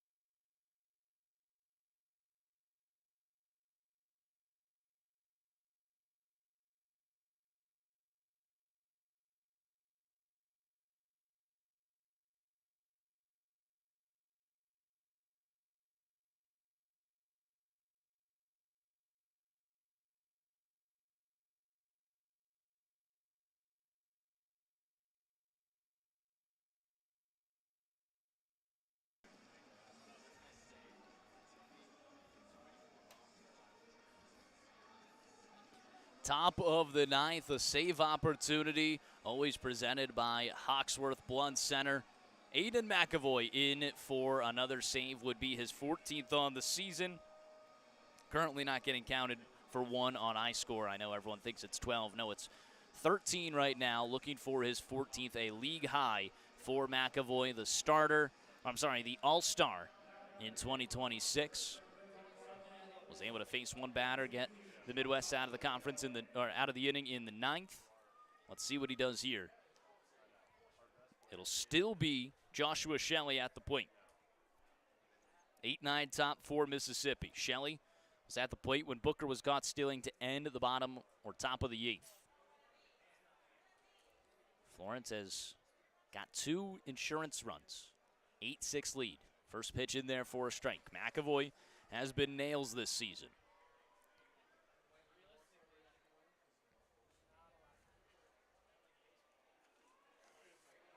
McAvoy will enter the second half with a 1-2 record, 13 saves, a 4.72 ERA.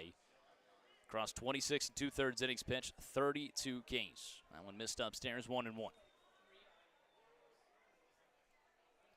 Ben Hauer will be down on the field for our post-game interview. The player of the game, if we do pull this off. The 1-1. Misses downstairs, 2-1. McAvoy out of Downingtown, Pennsylvania. Phillies fan, Eagles fan, all of it. Was able to, actually during the All-Star festivities, there was a golf scramble. And it wasn't like a big tournament. It wasn't really like, hey, best score is going to win everything. There was just some, longest drive, longest putt, closest to the pin challenges. 2-1, missing outside. But it was a scramble. And so we had got there, and it was me, my dad, Gabe Parsons, and it was supposed to be Kurt Cramble, but Kurt played golf the day before with the owners and GMs at a different course, so he couldn't get off on Tuesday. And so Aiden was there, and, he was looking for a foursome. That one misses outside. And we ended up picking up Aiden to play with us. In that golf outing. And what a golfer. Certainly would have been a different outing if we did not have him. I believe we finished 2 under. Easily could have been, 3 or 4 under. Had a few, he's had a few bogeys. Missed a couple big putts. Aiden drilled a real big putt. As did I. It was really fun. Will be a pinch hitter for Nathan Rose. Slater Shield. He had a heck of a series last time here at Thomas More Stadium. So a new hitter is Slater Shield. First pitch to him. In there for a strike. Pinch hitting is one of the toughest things to do in sports. Staying cold for 9 innings and having to come in and try and do something. 0-1 the count.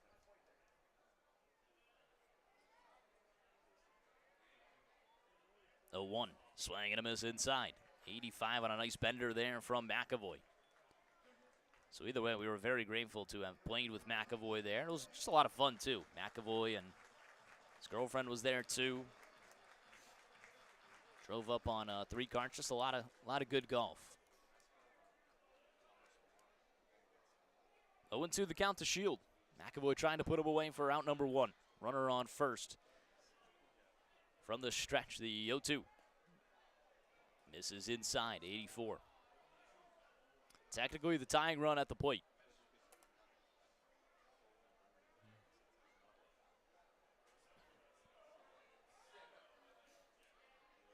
Has his sign. Glove of the belt. The 1-2. Pops it up in the infield, right side. Blomquist is right on top of it, and he makes the grab for round number 1. That first out always so important. Heading back to the top of the order, it's Braylon Skinner. He's 0 for 4 today. He reached on an error in the 7th and came home to score. Skinner, the all-star, so a little Midwest all-star crime here. teammates just a couple days ago, rivals 2 days later. Swing and a miss. That slider breaking away. Advantage to the lefty, McAvoy on the mound.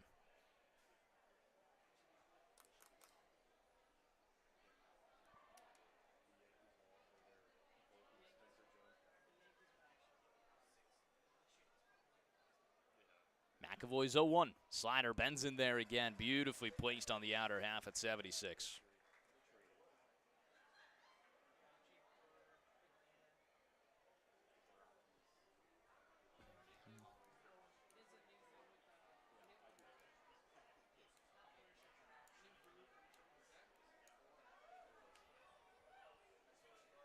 Oh, 2.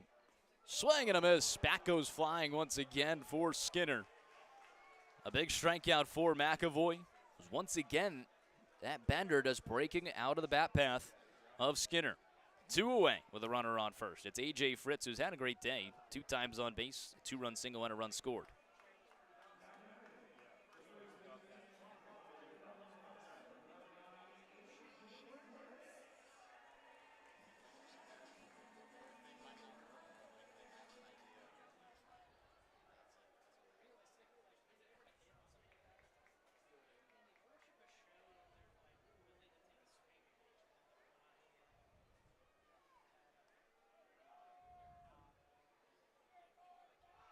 First pitch, swing and a miss. He goes fishing downstairs.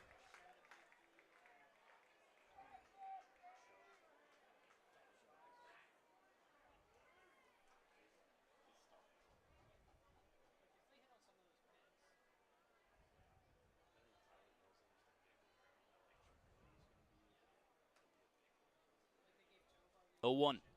Missing downstairs, swallowed up from Beal, able to keep it in front.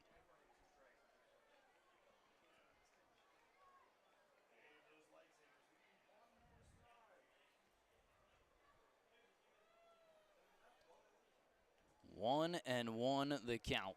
2 away, top of the 9th. It's a tying run at the plate. Florence with an 8-6 lead over Mississippi, trying to get it back above 500. McAvoy's 1-1 pitch. Misses upstairs.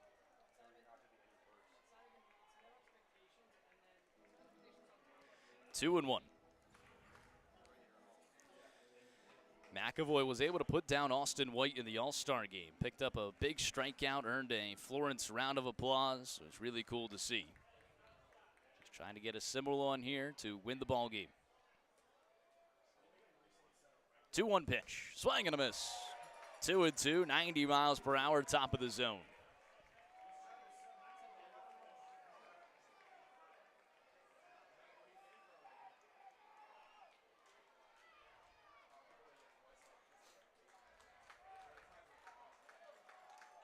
Has his sign. First base side of the rubber. Kicks the 2-2. Goes chasing, and it's a foul tip. Had a nice off speed there. Fritz just able to get a piece of it.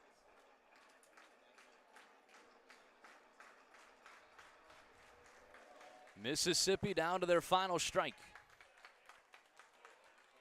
A back and forth game here on Friday night, Star Wars night at Thomas More Stadium.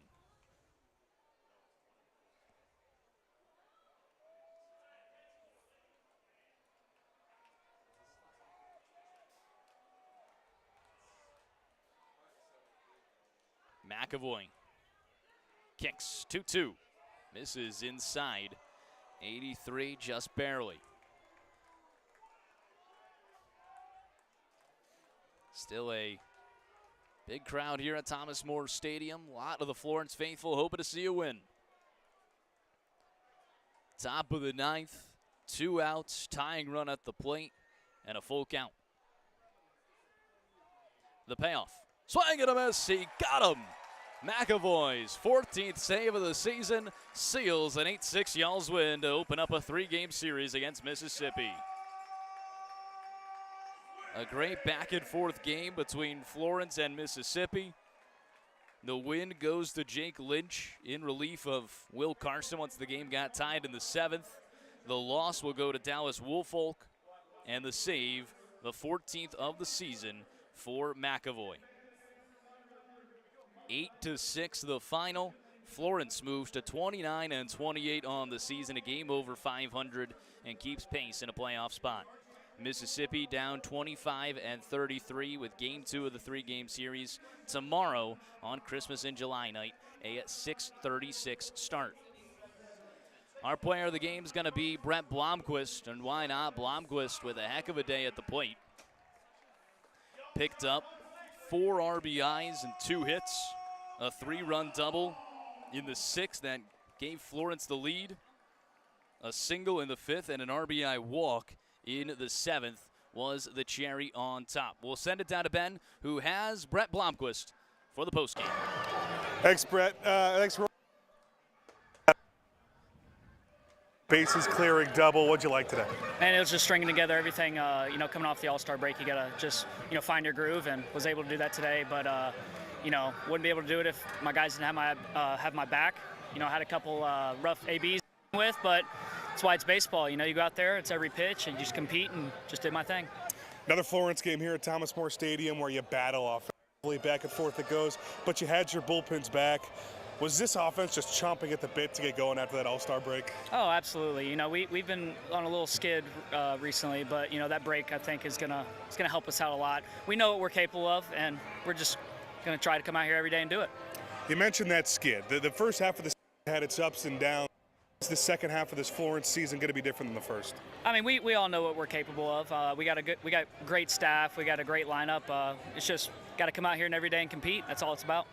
And then we'll go back with you because this is the first time we're talking to you since the selection. You got the nod, not only to be an All-Star, but to be an All-Star starter your first year here in the Frontier League. How special was getting that honor, and how special was the actual All-Star game for you? I mean, it was awesome. It was a good time to, really just meet everyone around the league that, is considered one of the better players in the league. But I'm just grateful for the opportunity. It was fun, and, rather be out here with my boys and competing with them. But at the same time, it was good to just go out there and represent the Alls. Thanks, Brett. Congrats on the nod of the win. I appreciate it. Rory. Thanks, Brett. That's a great interview there. Awesome job, and a worthy player of the game. Brett Blomquist with 4 RBIs, pacing the Yalls in an 8-6 final. Again, Jake Lynch gets the win. Dallas Woolfolk the loss, and the save for McAvoy, his 14th of the season. What a back-and-forth game. Florence started down 3-0 in the 3rd inning. It was a 3-run homer from Victor Diaz off of Yanniker Villalobos, but Villalobos shined after that with 3 straight 1-2-3 frames to end with 6 innings pitched, 4 hits, 3 runs, a walk, and 4 Ks in a no decision. Karsten came on with the lead, 2/3, 3 hits, 3 runs, all of them unearned, no walks, and 2 Ks. Jake Lynch relieved him, was able to get out of the inning, pitched a scoreless 8th. Aiden McAvoy closed it down on the 9th. For Florence on offense, it was a big 3-run 6th inning, courtesy of that 3-run double from Brett Blomquist, as well as a couple errors in the field for the Mississippi defense. Then they came back once trailing in the 7th with a big 3-run inning to put themselves on top 8-6. An RBI single from Garrett Broussard that tied the game, an RBI walk from Brett Blomquist, and a wild pitch that brought home some insurance runs for Florence. They will do it again tomorrow. Evan Webster, the ace of the Yalls, will take the mound against the right-handed pitcher Sergio Sanchez. Again, that's Christmas in July night here at Thomas More Stadium. 6:36 first pitch. Always a fun night, always a staple here at Thomas More Stadium in Florence, Kentucky. Christmas in July, so a night of jolly cheer and hopefully a series win for Florence. What a game for the Yalls, and what a way to start off your second half, going back up above 500 by a game. 29-28 for Florence. They will try and win the series, a 3-game series against Mississippi tomorrow. Again, 6:36 pitch. We appreciate you guys tuning in on the Frontier League Network, powered by HTN or the Florence Yalls Radio Network, and always love to see a big-time Yalls win, but that'll do it for us tonight. You heard Ben Howard down on the field. As always, I've been Rory Tettemer up in the box, your voice of the Florence Yalls, and excited to start off this second half. Saying so long from Thomas More Stadium, and until next time, y'all have a good night.